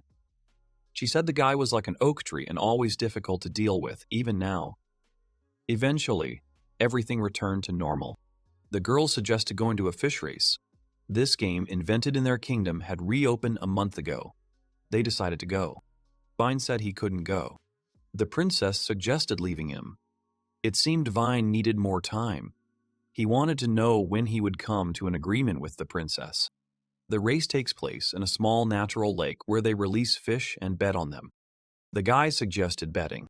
There was a waiting area for the 12 fish that would compete. People would come there to check on their condition. The guy wondered if it was possible to check their condition just by looking at them. He looked at one fish. This is the fastest and most graceful fish, a unique product of a whole generation of selective breeding. While it would be an exaggeration to say it's the fastest fish on the continent, people still bet on it. Her father has experience with fish races and raised them for himself. As he can see, she's the most popular, and the scoreboard says so. The guy said the scales weren't tilted toward number 11, and it looked weak and sickly. The girl said it was obvious he was an amateur, and she couldn't understand how anyone could overlook the fish's pedigree and how he, with all his knowledge, would one day make mistakes. She was going to bet on their fish for them. The master's bet number was 6. Vanya said he'd bet on number 1 since she was in good shape and had a strong physique. In any case, the race was heating up, and the hero wanted number 6 to win. Rain said he chose number 2. The hero wondered what would happen if his fish could win. The moment had arrived for the race to begin. Number 6 was in 12th place. The guys were shouting words of encouragement. The race began. Number 1 was in the lead. Number 1 is eliminated. According to their rules, number 1 is disqualified. With number 1 eliminated, number 11 now leads, as expected from the most popular. But it's not over yet. This day was tough. Number 2 was in the lead. The smart fish chose the shortest route. Number 6 won. The girl said he had such a keen eye that he could tell which fish were flying and which were sick. The guy thought he couldn't say it was because it simply looked appetizing. He said it was wonderful and went home. The princess returned as if she had just had a meeting with a politician. The guy asked how long they had been there. Nico said they could stay as long as they wanted. They could do their own thing, and she was sure the princess would be happy to spend more time with them. They could simply catch up when I returned, and there was no need to rush. But there was information she hadn't told everyone yet. It was about the Civil War. He already mentioned that the Civil War is not over. In fact, Adrian's son is still alive and doing well. The protagonist realizes that civil war still poses a threat and reflects on Adrian and his son, Salman Brezhnev. The talking cat informs those present in the room that Salman is acting in the south as Hadrian's successor. He adds that Salman is secretly building an army, has restored the region's economy, and is ruling his people well, which is why the civil war could resume at any moment. The cat places its paw on the sealed envelope and is about to convey some additional information. The cat says that yesterday he received a letter inviting him to join the ranks of Salman's supporters.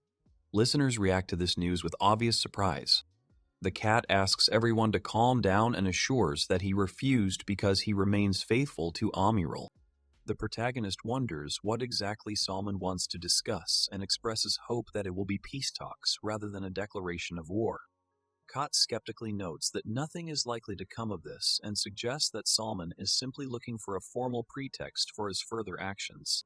The source clarifies whether this is a meeting, to which the cat confirms the information and states that he himself requested negotiations between the North and South with Salman's participation. The cat continues to distribute roles, appointing Wayne and Rain as bodyguards for the future king. Kururi is shocked by what he hears and wonders if the cat has lost his mind. The cat bids everyone farewell until next time and leaves. Kururi is left perplexed by the lack of any further explanation. Kururi enters the training hall and asks the teacher if he summoned him, to which the cat reports receiving approval from the king and confirms that Kururi will go to the meeting. Kururi is amazed at the speed of his decision-making and asks if he is just a double, adding that he does not want to die yet, but the cat pats him on the shoulder and assures him that he is agile and can simply run away if the situation gets out of control. Kururi complains that even though he promised to help, he didn't expect such a responsible role. But the cat insists that he doesn't plan to let him die, and explains that a real king is too stubborn and doesn't know how to deal with danger. The cat reassures Kururi, reminding him that he has already mastered transformation magic and calls the upcoming meeting pointless, though Kururi doubts that an event capable of dividing a country could be pointless. Kururi asks if he should transform into a king to attend the meeting, to which the cat promises to teach him new voice-changing magic that is even easier than transformation.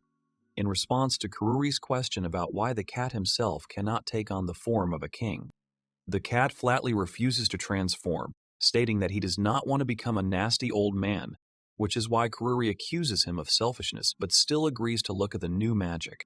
The cat instructs you to first surround yourself with magical energy. Then the teacher tells you to concentrate on your throat and gather all your magic there, confirming that everything is going exactly as it should. In conclusion, the cat explains that it is now necessary to maintain this state while speaking, and suggests trying to imitate his own voice. Kururi tries to imitate the cat's manner of speech, making characteristic sounds. The cat praises him for his excellent imitation and suggests the next exercise: speak as if you were addressing his girlfriend. He explains that this will help him move from simple imitation to creating a perfect copy of his voice. Kururi asks again about his girlfriend, to which the cat replies that specific words are not important to him. It is enough to simply imagine the one he likes the most. The protagonist immediately remembers Eliza, allowing the thought that she could become his future wife, and begins to become noticeably nervous before speaking. Kururi, blushing, says a phrase about how glad he is to meet them. The cat criticizes his attempt, noting that his voice sounds too harsh, which surprises Kururi, who begins to wonder if this is really the impression he got of Eliza. Kururi tries other options and repeats the words of greeting again, but the cat thinks that he is still holding back and encourages him to add passion and put his whole heart into these words. Kururi continues to train in front of Neko-sensei, shouting compliments about her beautiful eyes and declarations of love, but time after time receives disapproving comments about her lack of passion or that it's only getting worse, until late at night, she finally achieves her first results. The main character enthusiastically says that fate itself brought them together. The cat admits this result is already quite good, though he grumbles that everything would be much easier if Kururi weren't such a virgin. Kururi is outraged by the teacher's bluntness, but that concludes the preparation.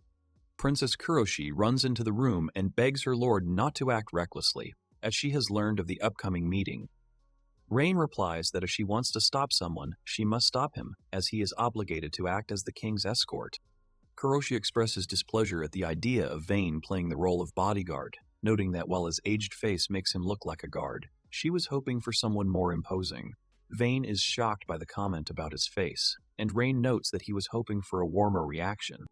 The protagonist is shocked by how easily the girl insulted his companions, while Kuroshi grabs his hand and declares that she will go with him, as she will not allow him to get involved in such a dangerous matter alone. Kururi flatly refuses to take the girl with him, declaring that he can't put a member of the royal family in danger. Kuroshi objects, asking why she trained so hard then. Kuroshi turns his attention to Wine, asking if he really agrees with this, and orders him to stay, claiming he still lacks skills. The girl insists on her strength, reminding that she did all the squats and abdominal exercises that she was asked to do. Kururi states that it is up to her father to decide, as they have no right to do so. Kuroshi leaves in a huff, and Kururi is relieved to think that she will never get permission since the castle is the safest place for the ruler's daughter. Kuroshi abruptly throws open the door and announces that she has received permission from her father, interrupting Kururi's conversation. The protagonist is completely shocked and cannot believe what he has heard, and wonders what the king is thinking when he agrees to such a thing. Kururi warns him of the danger one last time, but the girl remains adamant, after which he sighs resignedly and agrees to take her with him.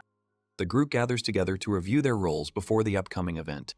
Kururi declares he will act as the king, with Vane as his bodyguard. He continues the assignment process, appointing Rain as his escort and Neko-sensei as the handsome secretary. Kuroshi and Mayan will go by their own names, bringing the group to 6 members. Kururi asks Neko-sensei if the meeting place is safe, to which he is told that the negotiations will take place in the mansion of a merchant who is an ally of the king. The companion adds that the meeting will take place in the garden, so setting a trap there will be difficult. But the secretary ironically notes that everything is fine because the target will be Kururi in any case, which causes him to become violently indignant. The protagonist sternly warns the others that if the situation becomes truly dangerous, he will leave the meeting immediately. The appointed day arrives and the group sets out on horseback. The delegation arrives at the meeting venue, located in a central part of Amarel. The owner of the mansion bows deeply and welcomes the newcomers, calling Kururi Your Majesty and expressing his readiness to assist in any way necessary. The disguised Kururi curtly allows him to act as he pleases, and a nearby cat notes that the deception has not yet been revealed. Salman Brezhnev greets Kururi, mistaking him for King Amirul, and says that this meeting is a great honor for him.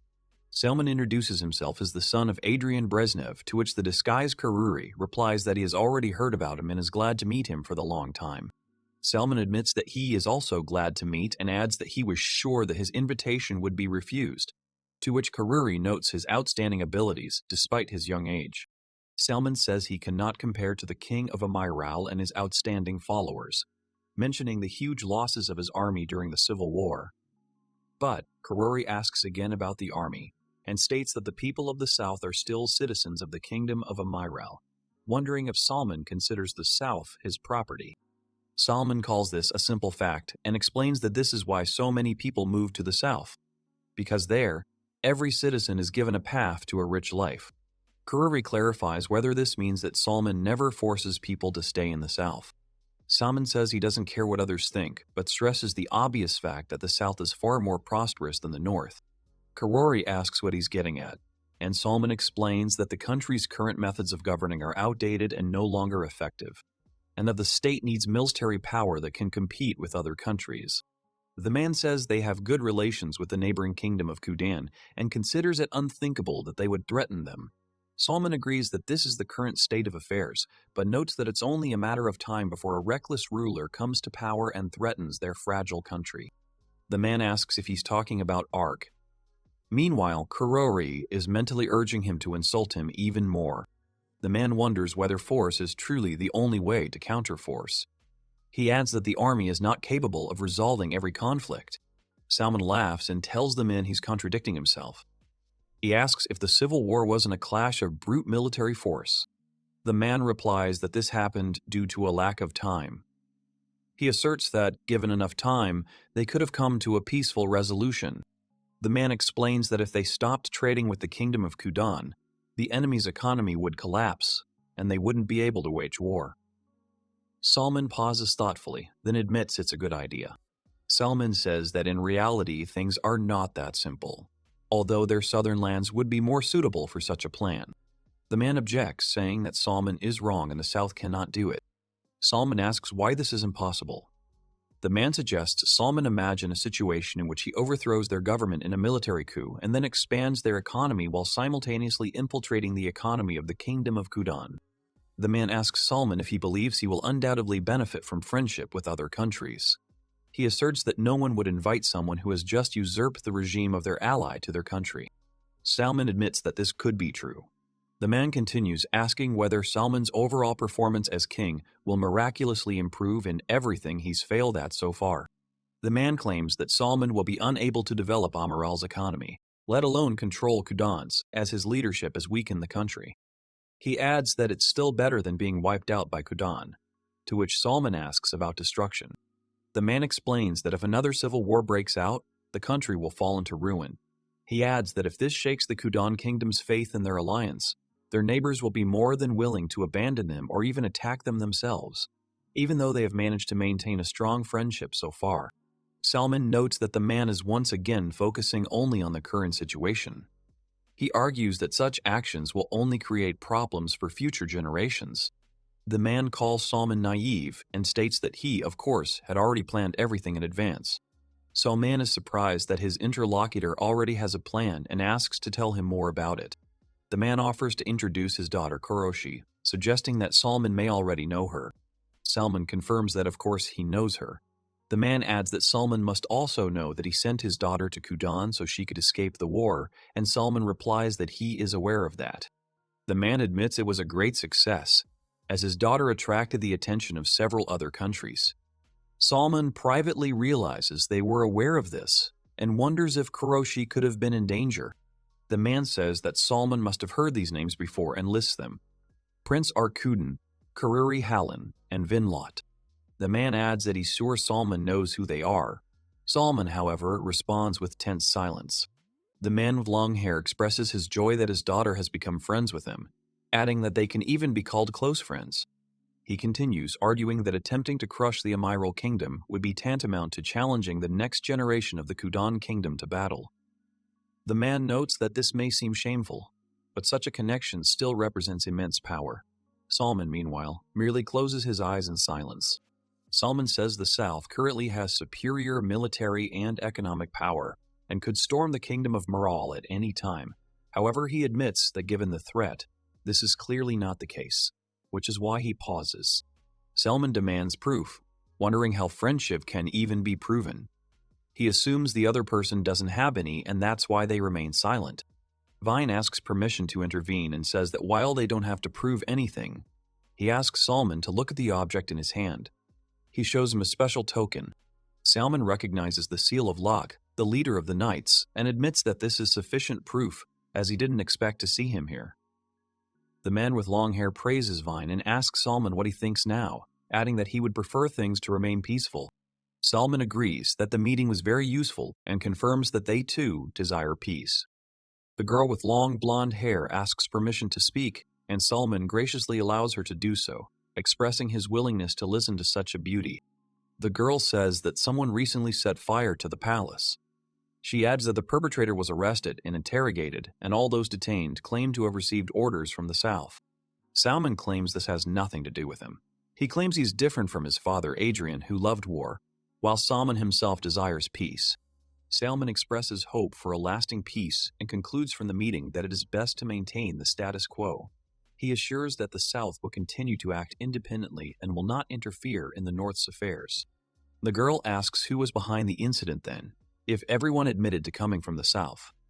Salman replies that he, of course, has his suspicions and explains that the South was largely united. But after he took over from his father, some groups broke away. Salman suspects it was most likely a group of extremists. He admits that even he finds it difficult to deal with them. Salman adds that these groups will disband on their own sooner or later. A man with long hair asks for the organizer, to which Salman replies that they will make a decision on the matter in a few days. The man with long hair suggests ending the meeting for today. Salman promises to report the extremist group as soon as possible. The man with long hair notes that today's meeting was valuable and expresses confidence that with a wise man like Salman, everything will be easy in the future. Salman says goodbye. A girl with long blonde hair joyfully exclaims that the boy, Kururi, did surprisingly well. She addresses him from a majestic building. Those gathered discuss the meeting and agree that it couldn't have gone better, and that Vine's resourcefulness helped to make it perfect. Kururi is modest and attributes his success to the marking effect, adding that attempting to act like a king gave him confidence, and the words flowed naturally. A girl present calls Kururi formidable and expresses confidence that her father will be happy. The blonde woman notes that they still need to deal with the extremists. She expresses concern that they won't give up so easily. Kururi confirms they're not finished yet and offers to take over. He asks Kuroshi to go back, as things are getting too dangerous from here. Kuroshi declares that she refuses to stay and is going with everyone else. She wants to take responsibility for her kingdom. Kururi, however, points out that he has more influence here, so he can help her. No one tries to dissuade Kuroshi, sensing her strong will. Those present simply accept her decision. Since they couldn't make a final decision on the spot, they sent a letter to Salman. While awaiting a reply, the group decided to remain in the mansion where the meeting had taken place. The group gets bored while waiting, and a blonde girl asks what they should do. Kururi suggests they just relax and do whatever they want. Vane suggests that since they have free time, they could find some games, but then suggests sword training instead. Kururi is horrified to think that his vacation is completely ruined. Kuroshi supports Vane's idea, stating that she too has nothing better to do than train. Kurori is amazed that she agrees to this too. Vane claims that Kuroshi's poor results are due to her neglect of training. Kuroshi angrily retorts, claiming he has no right to say such a thing, as she is almost as strong as he is. Vine asks if she really thinks she can catch up with him using only basic exercises. He explains that the workouts he demonstrated are designed for beginners, while his own program is designed for a 3-year period. Kurori watches the proceedings with irony. Kuroshi is shocked to learn that the training was only for beginners and will last 3 years, leaving her completely despondent. The boy comforts the crying Crossie and invites her to complete Wine's program together. He promises to do it with her. The girl enthusiastically agrees to the proposal, loudly confirming her readiness to get down to business. Eventually, they begin training and spend the entire day practicing. The observer notes that the pair is exceptionally clumsy. The man remarks that Kururi has a great physique. The girl confirms this, calling him stunning. She also adds that it doesn't look like he's only been training for a couple of years. Kururi attributes this to the fact that he's been constantly hammering away at the iron. Looking at Vane, Kururi thinks that he is the embodiment of a knight and is amazed by his enormous muscles. Kururi compliments Kuroshi's body, causing her to blush and stare at him. Panicked, he defends himself, claiming she misunderstood him and that he didn't mean anything vulgar. Vane suggests they begin training, urging them to begin stretching. While they warm up, Kururi reflects on how surprisingly strong he is for a minor villain. Kururi notes his excellent body condition and the high flexibility of his legs. He believes these are ideal characteristics for productive training. Wayne asks Kururi if he stretches every day, noting the fluidity of his movements. Kururi replies that he only does it occasionally. After this, Wayne calls everyone to work, and the group begins his high-intensity program. The workout begins with core work, then moves on to the thighs and calves. Participants report that the exercises place a very strong load on the lower body, causing their legs to shake. The next stage is arm exercises, which include 5 sets. Kururi, breathing heavily, admits that it was a hell of a workout. While resting, Kururi notices that the workload, though intense, is pleasant. Suddenly, he's distracted by someone in the distance and wonders who it could be. A man peers out from behind a tree, watching the scene through a monocle. Seeing this, Kururi angrily calls the observer a name. Kururi asks the stranger what he's doing and warns him against looking at Kuroshi. He reminds him that she's a princess and that such behavior could land him in jail. However, Kururi soon realizes that the observer isn't looking at the girl at all. This discovery makes him even more wary. Kururi realizes with horror that the stranger is peering at his own abs through his monocle. He's certain there's no mistake and declares he's not interested in men, while the others present remain perplexed. Kururi suggests taking a short break as his concentration is waning, and Wayne agrees. Meanwhile, a bystander worries about being spotted. A butler approaches the trainees with drinks, explaining that they're water with fruit juice. When Kururi starts drinking, the observer blushes with delight and asks him to do it again. Kururi decides to ignore him, noting to himself how annoying this man is. The butler admits they all have excellent physiques, but they lack one detail, a tan. He points out that they're too pale, which leaves Kururi perplexed. He explains that in this country, many knights have dark skin. The butler suggests that they too get a tan for good luck, since they're about to go into battle. The scene shifts to the seashore. Sunlight bathes the beach and sea waves lapping against the shoreline next to a wooden terrace. Kururi enjoys having a pretty girl rub his back with oil and considers it the best moment. However, he immediately notices a strange odor and realizes it's fish oil, rich in fatty acids, and complains of a terrible stench.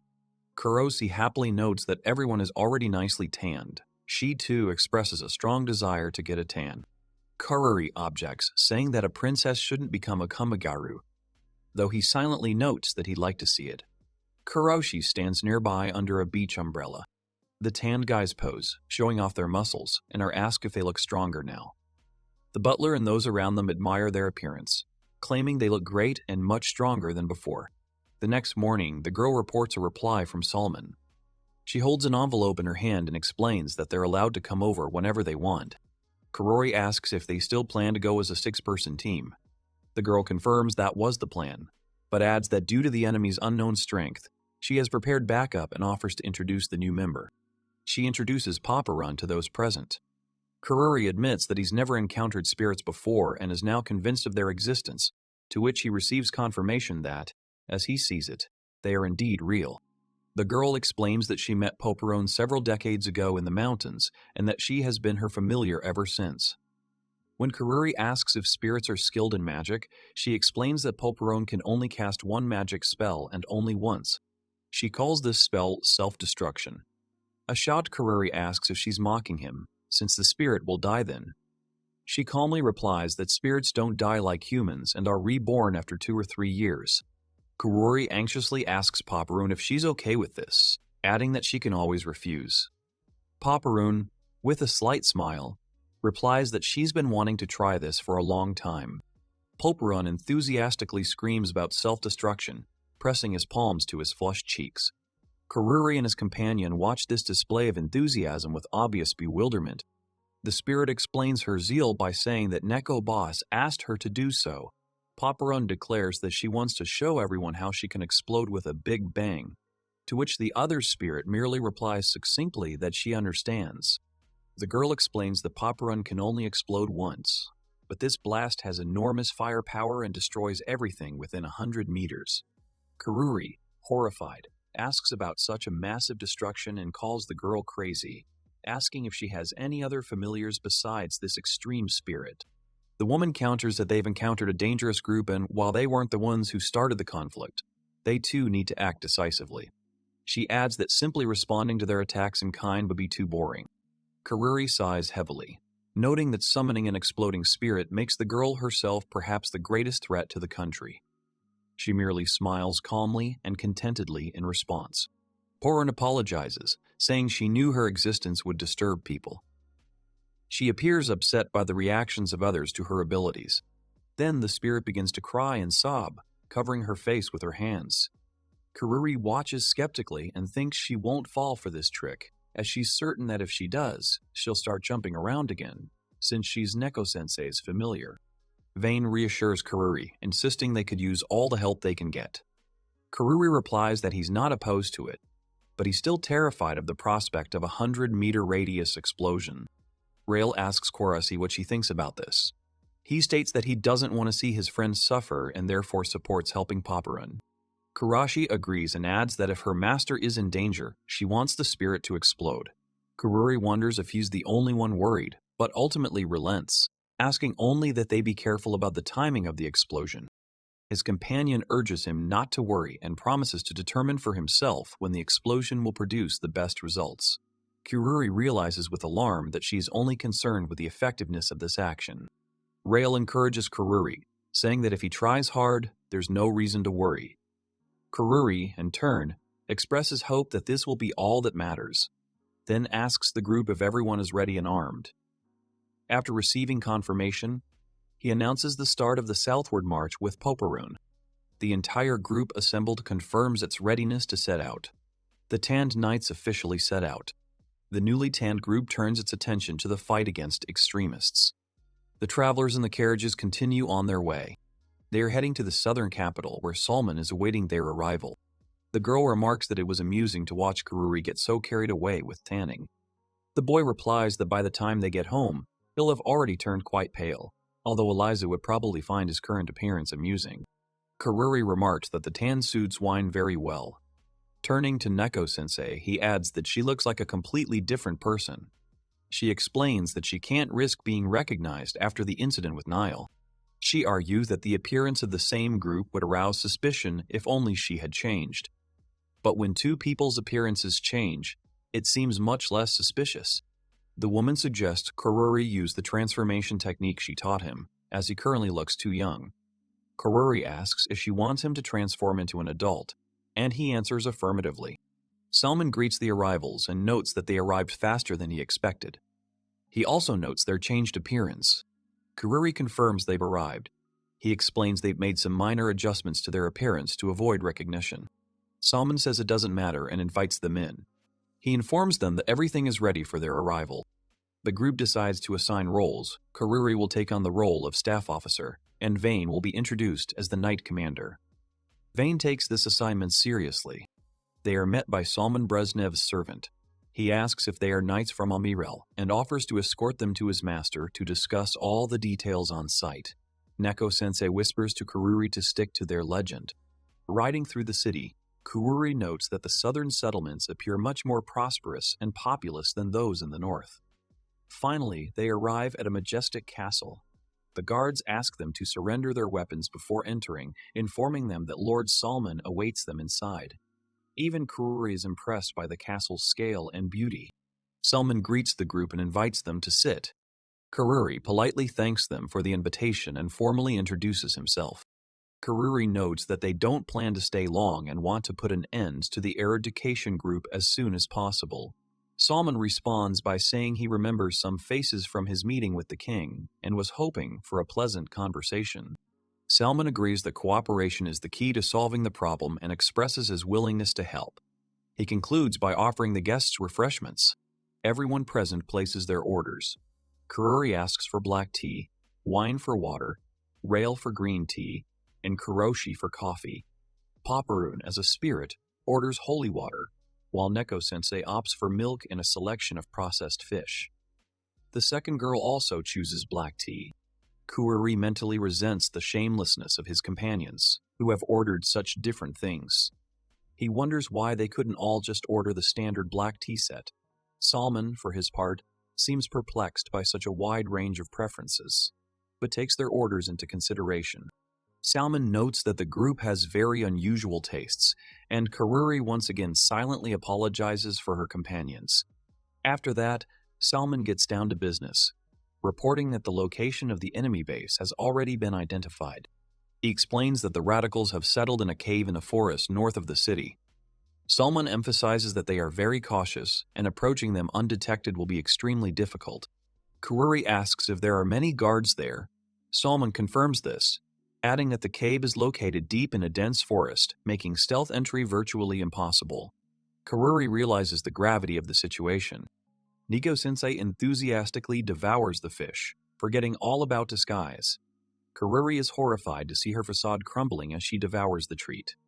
Salman, seeing such an appetite, asks about her impressions, to which Kururi politely replies that the fish is indeed very fresh and delicious.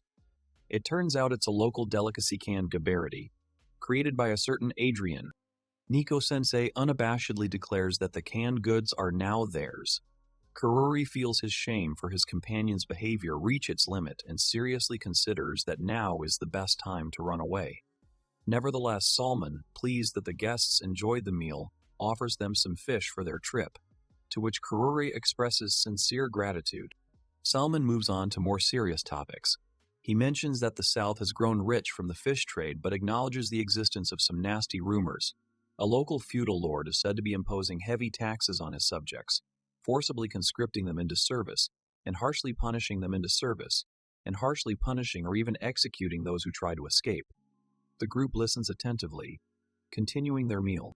Salman asks Kururi about his impressions of the people of the South. Kururi notes that the people seem very cheerful and happy, leading him to conclude that Salmon's policies are bearing fruit. Salmon explains that his father Adrian carried out sweeping reforms, but his ambitions ultimately led him too far. He confirms that in his later years his father did indeed impose crushing taxes and forced conscription, but claims they no longer do so. Kururi is perplexed. If people lived in fear under tyranny for so long, why do they now seem so carefree?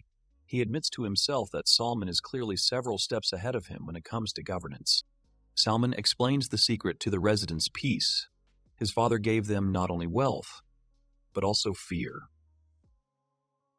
After the war ended, Salmon focused on building on the best aspects of his father's regime, ensuring a comfortable life for the people. This is why the people so quickly forgot their past hardships and returned to a vibrant life. When Kururi asks why people ignore the temporary mistakes of the past, Salmon replies that they trust him and believe he will bring them even greater happiness. He emphasizes that people only benefit from his rule. Kururi admits the territory is thriving, but still doesn't understand what Salmon is getting at. Salmon cryptically replies that his words aren't directed at Kururi at all, leaving something ambiguous in the air. Salmon suddenly changes his tone and addresses Kurasi directly, shocking her. He declares that his previous speech about prosperity and public trust was addressed specifically to her, not Kururi. He notes that her visit is likely related to an inspection of the South, but adds that her presence is also beneficial to them. Salmon generously offers her the opportunity to explore his domain for as long as she wishes, maintaining an extremely serious and insightful expression. The man claims his methods of governance are superior to Amirale's.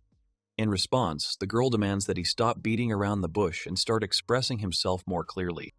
The man claims that thanks to his leadership, people are living full lives. He adds that his father betrayed the people's expectations and hurt their pride. But it was he who was able to quickly restore both. He approaches Kurasi, asking her what she thinks about this, given that people are still haunted by the memories of his father's misdeeds. Confused, she finds no answer. Salmon maintains his composure as the two men realize that the second round of negotiations has begun. The young man wonders if Salmon anticipated this reaction in the previous conversation and whether he's been swayed by it before. He then turns to Salmon with a hypothetical. He suggests imagining a situation in which King Amirale became a tyrant, the country fell apart, and Princess Kurasi inherited the throne. He expresses confidence that the princess possesses sufficient potential to lead the people and believes that all residents will recover as successfully as the people of the South.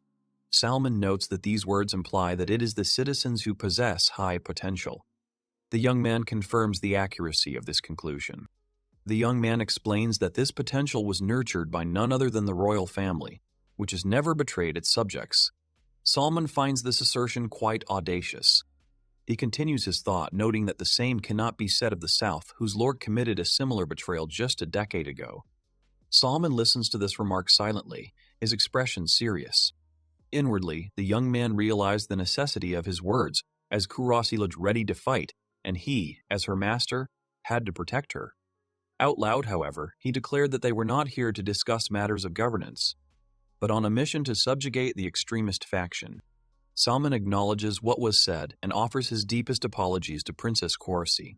She replies that everything is fine as she was not truly offended. Thanking her, Salmon suggests moving on to the main topic of discussion. The young man is relieved that a clash didn't occur. He realizes that any skirmish in this area could have even led to war.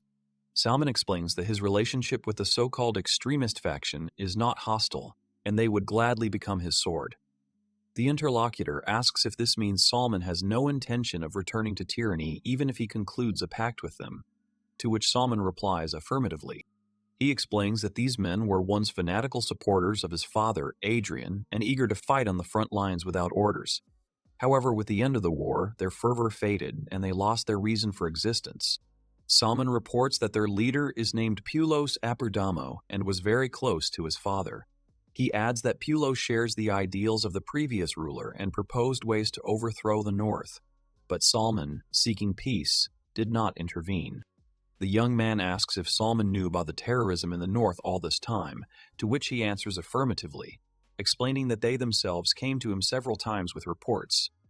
The man, perplexed, asks why Salmon didn't stop them. Salman explains that even if he tried, they wouldn't stop, and since they treat him better than the Northerners, he didn't want to be harsh with them. The interlocutor notes that the situation has changed, and Salman confirms this, declaring that his people no longer desire war. He adds that the extremists' fanaticism is unabated. Therefore, he expresses his desire for them to leave the country. The young man says he now roughly understands the situation and asks if Salman would lend them his soldiers. Salman declines the offer of troops but offers to send a subordinate of his own with them, urging them to put him to good use. The man who appeared introduces himself as Gani Ilizarov and promises to help to the best of his abilities. Salman says he'll inform Gania of the enemy base's location and suggests the guests stay overnight to develop a strategy for the next day. The young man agrees, noting that they know too little right now, so discussing tactics the following day would be best. Gani reports that there are approximately 30 enemies, 15 of whom are permanently stationed at the base. He adds that given their extremism, it would be best to completely crush them. Salman firmly declares that under no circumstances can their leader, Pulos, be allowed to escape, and believes that taking his life would be the best option. Afterward, he wishes everyone a good rest and asks Gani to escort the guests to their rooms. Gani gestures for everyone to follow him. Someone addresses the young man, calling him Kururi Dono. Salman asks Kururi if he could stay for a while. Although the young man initially declines, his companion encourages him by name and suggests he might receive an unexpected gift. She promises to keep an eye on Gani and advises Kururi to go and talk to Salman. Salman apologizes for keeping his guest late, to which Kururi wryly remarks that he really should apologize. In response, Salman asks him not to be so hostile, explaining that he merely wanted a friendly conversation. Kururi asks what exactly Salman wanted to discuss. He admits he really admires his interlocutor's oratory skills and invites him to join his side. Kururi finds this proposal ridiculous and asks if this is why he was invited. Salman laughs and admits he expected this reaction, but claims he has something that could convince anyone to join him. Kururi wryly suggests he'd consider the offer if it were a giant robot, but Salman orders the object brought in. The butler brings in a glass cube with a fish inside, and Kururi, confused, tries to determine whether it's Gabariti or Voyeur, realizing he has no clue. Salman laughs at his guest's surprise and confirms that it is Voyeur.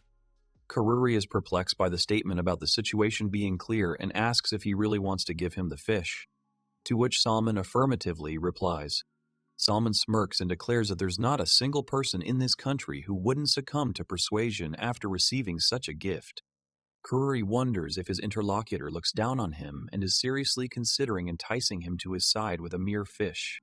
Salman cautions against jumping to conclusions and explains that their industry is incomparable to northern racing fish. He asserts that southern voyeurs are so exceptional that they seem like a different species, and this specimen is the fastest and best in terms of pedigree and physical characteristics. Kururi, shocked, asks again if he's serious, and then immediately exclaims that he doesn't care.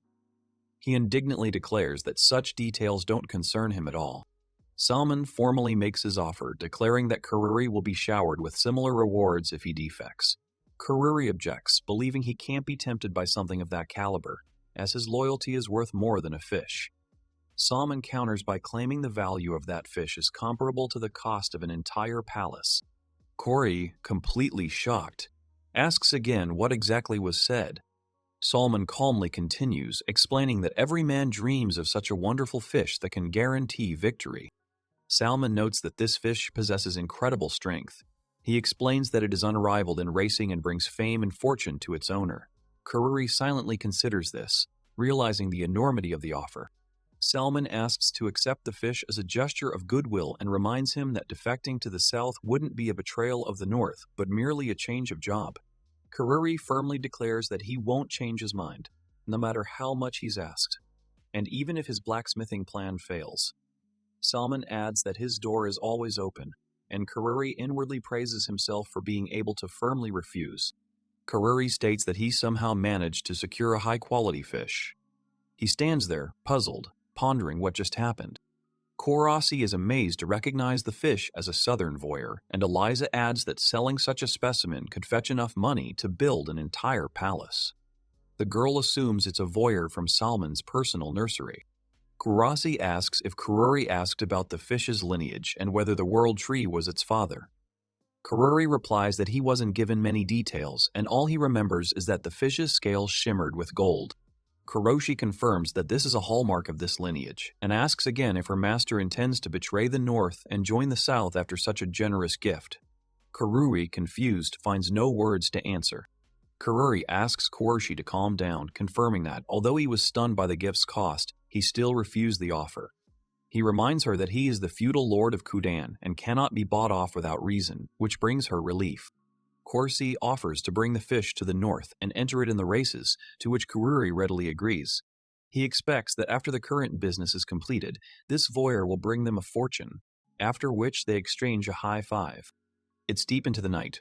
All the negotiators are asleep in their assigned rooms. Curry notices that Rail is still awake and asks if he's up to no good. Rail simply calmly calls him by his name in response. Rail confirms that at a time like this, all one can do is do bad things, but promises not to act recklessly. He advises Kururi to call for his help if he finds himself in danger. The man smiles and says these words make him happy, but tells Kururi to go to bed. Kururi recalls that Rail Rain used to be an ordinary son in a farming family. After losing her home and facing many hardships, Queen Hardy took Rail in as a child. Since then, he has been a constant companion to Prince Ark. Rail believed that protecting the prince would be a way to repay the queen's kindness, so he began to act covertly in Ark's interests. Because of the prince's character and background, no one dared challenge him openly, but many tried to plot behind his back. Rail secretly eliminated those who tried to spread bad rumors about Ark or sought to cause physical harm to the prince. Rail admits he did all the dirty work so that Ark could remain the shining prince he is. He notes that it was his own decision. Corey falls asleep thinking that Rail is a really good guy. The next morning, Salman announces that they are finally ready to move. He points out that the extremist faction's base is in a cave to the east, and Ghani leads them there. Ghani urges everyone to exercise caution as they enter enemy territory. The satellites confirm their readiness. Yuri asks why he must go alone, suggesting that the other man should come too. The other man replies that Yuri won't be alone, as Kururi and a man from the Lotte family will be with him. When Yuri asks how he knows this, the other man tells him to just go. He silently notes this. The other man tells him to just go. He silently notes that everything turned out exactly as he predicted and plans to thank him for his foresight. A shadow in the forest confirms that the prince is fine. Yuri speculates that the prince is glad Kururi Dono is gone, as he can now spend more time with Iris Dono. Yuri concludes that he was sent here only so the prince could be alone with Iris, calling him a pain in the ass. Yuri asks his interlocutor about his plans for the evening. He replies that he intends to investigate a man named Salman Brezhnev, as well as look into an ongoing case and a suspicious character named Ghani. The interlocutor accepts the information and wishes both of them to successfully complete their tasks, after which he disappears. Yuri reflects on the fact that, although he was forced into this case, he's being compensated, so he can't afford to slack off. He declares it's time to get to work, and a long night begins for him and the informant.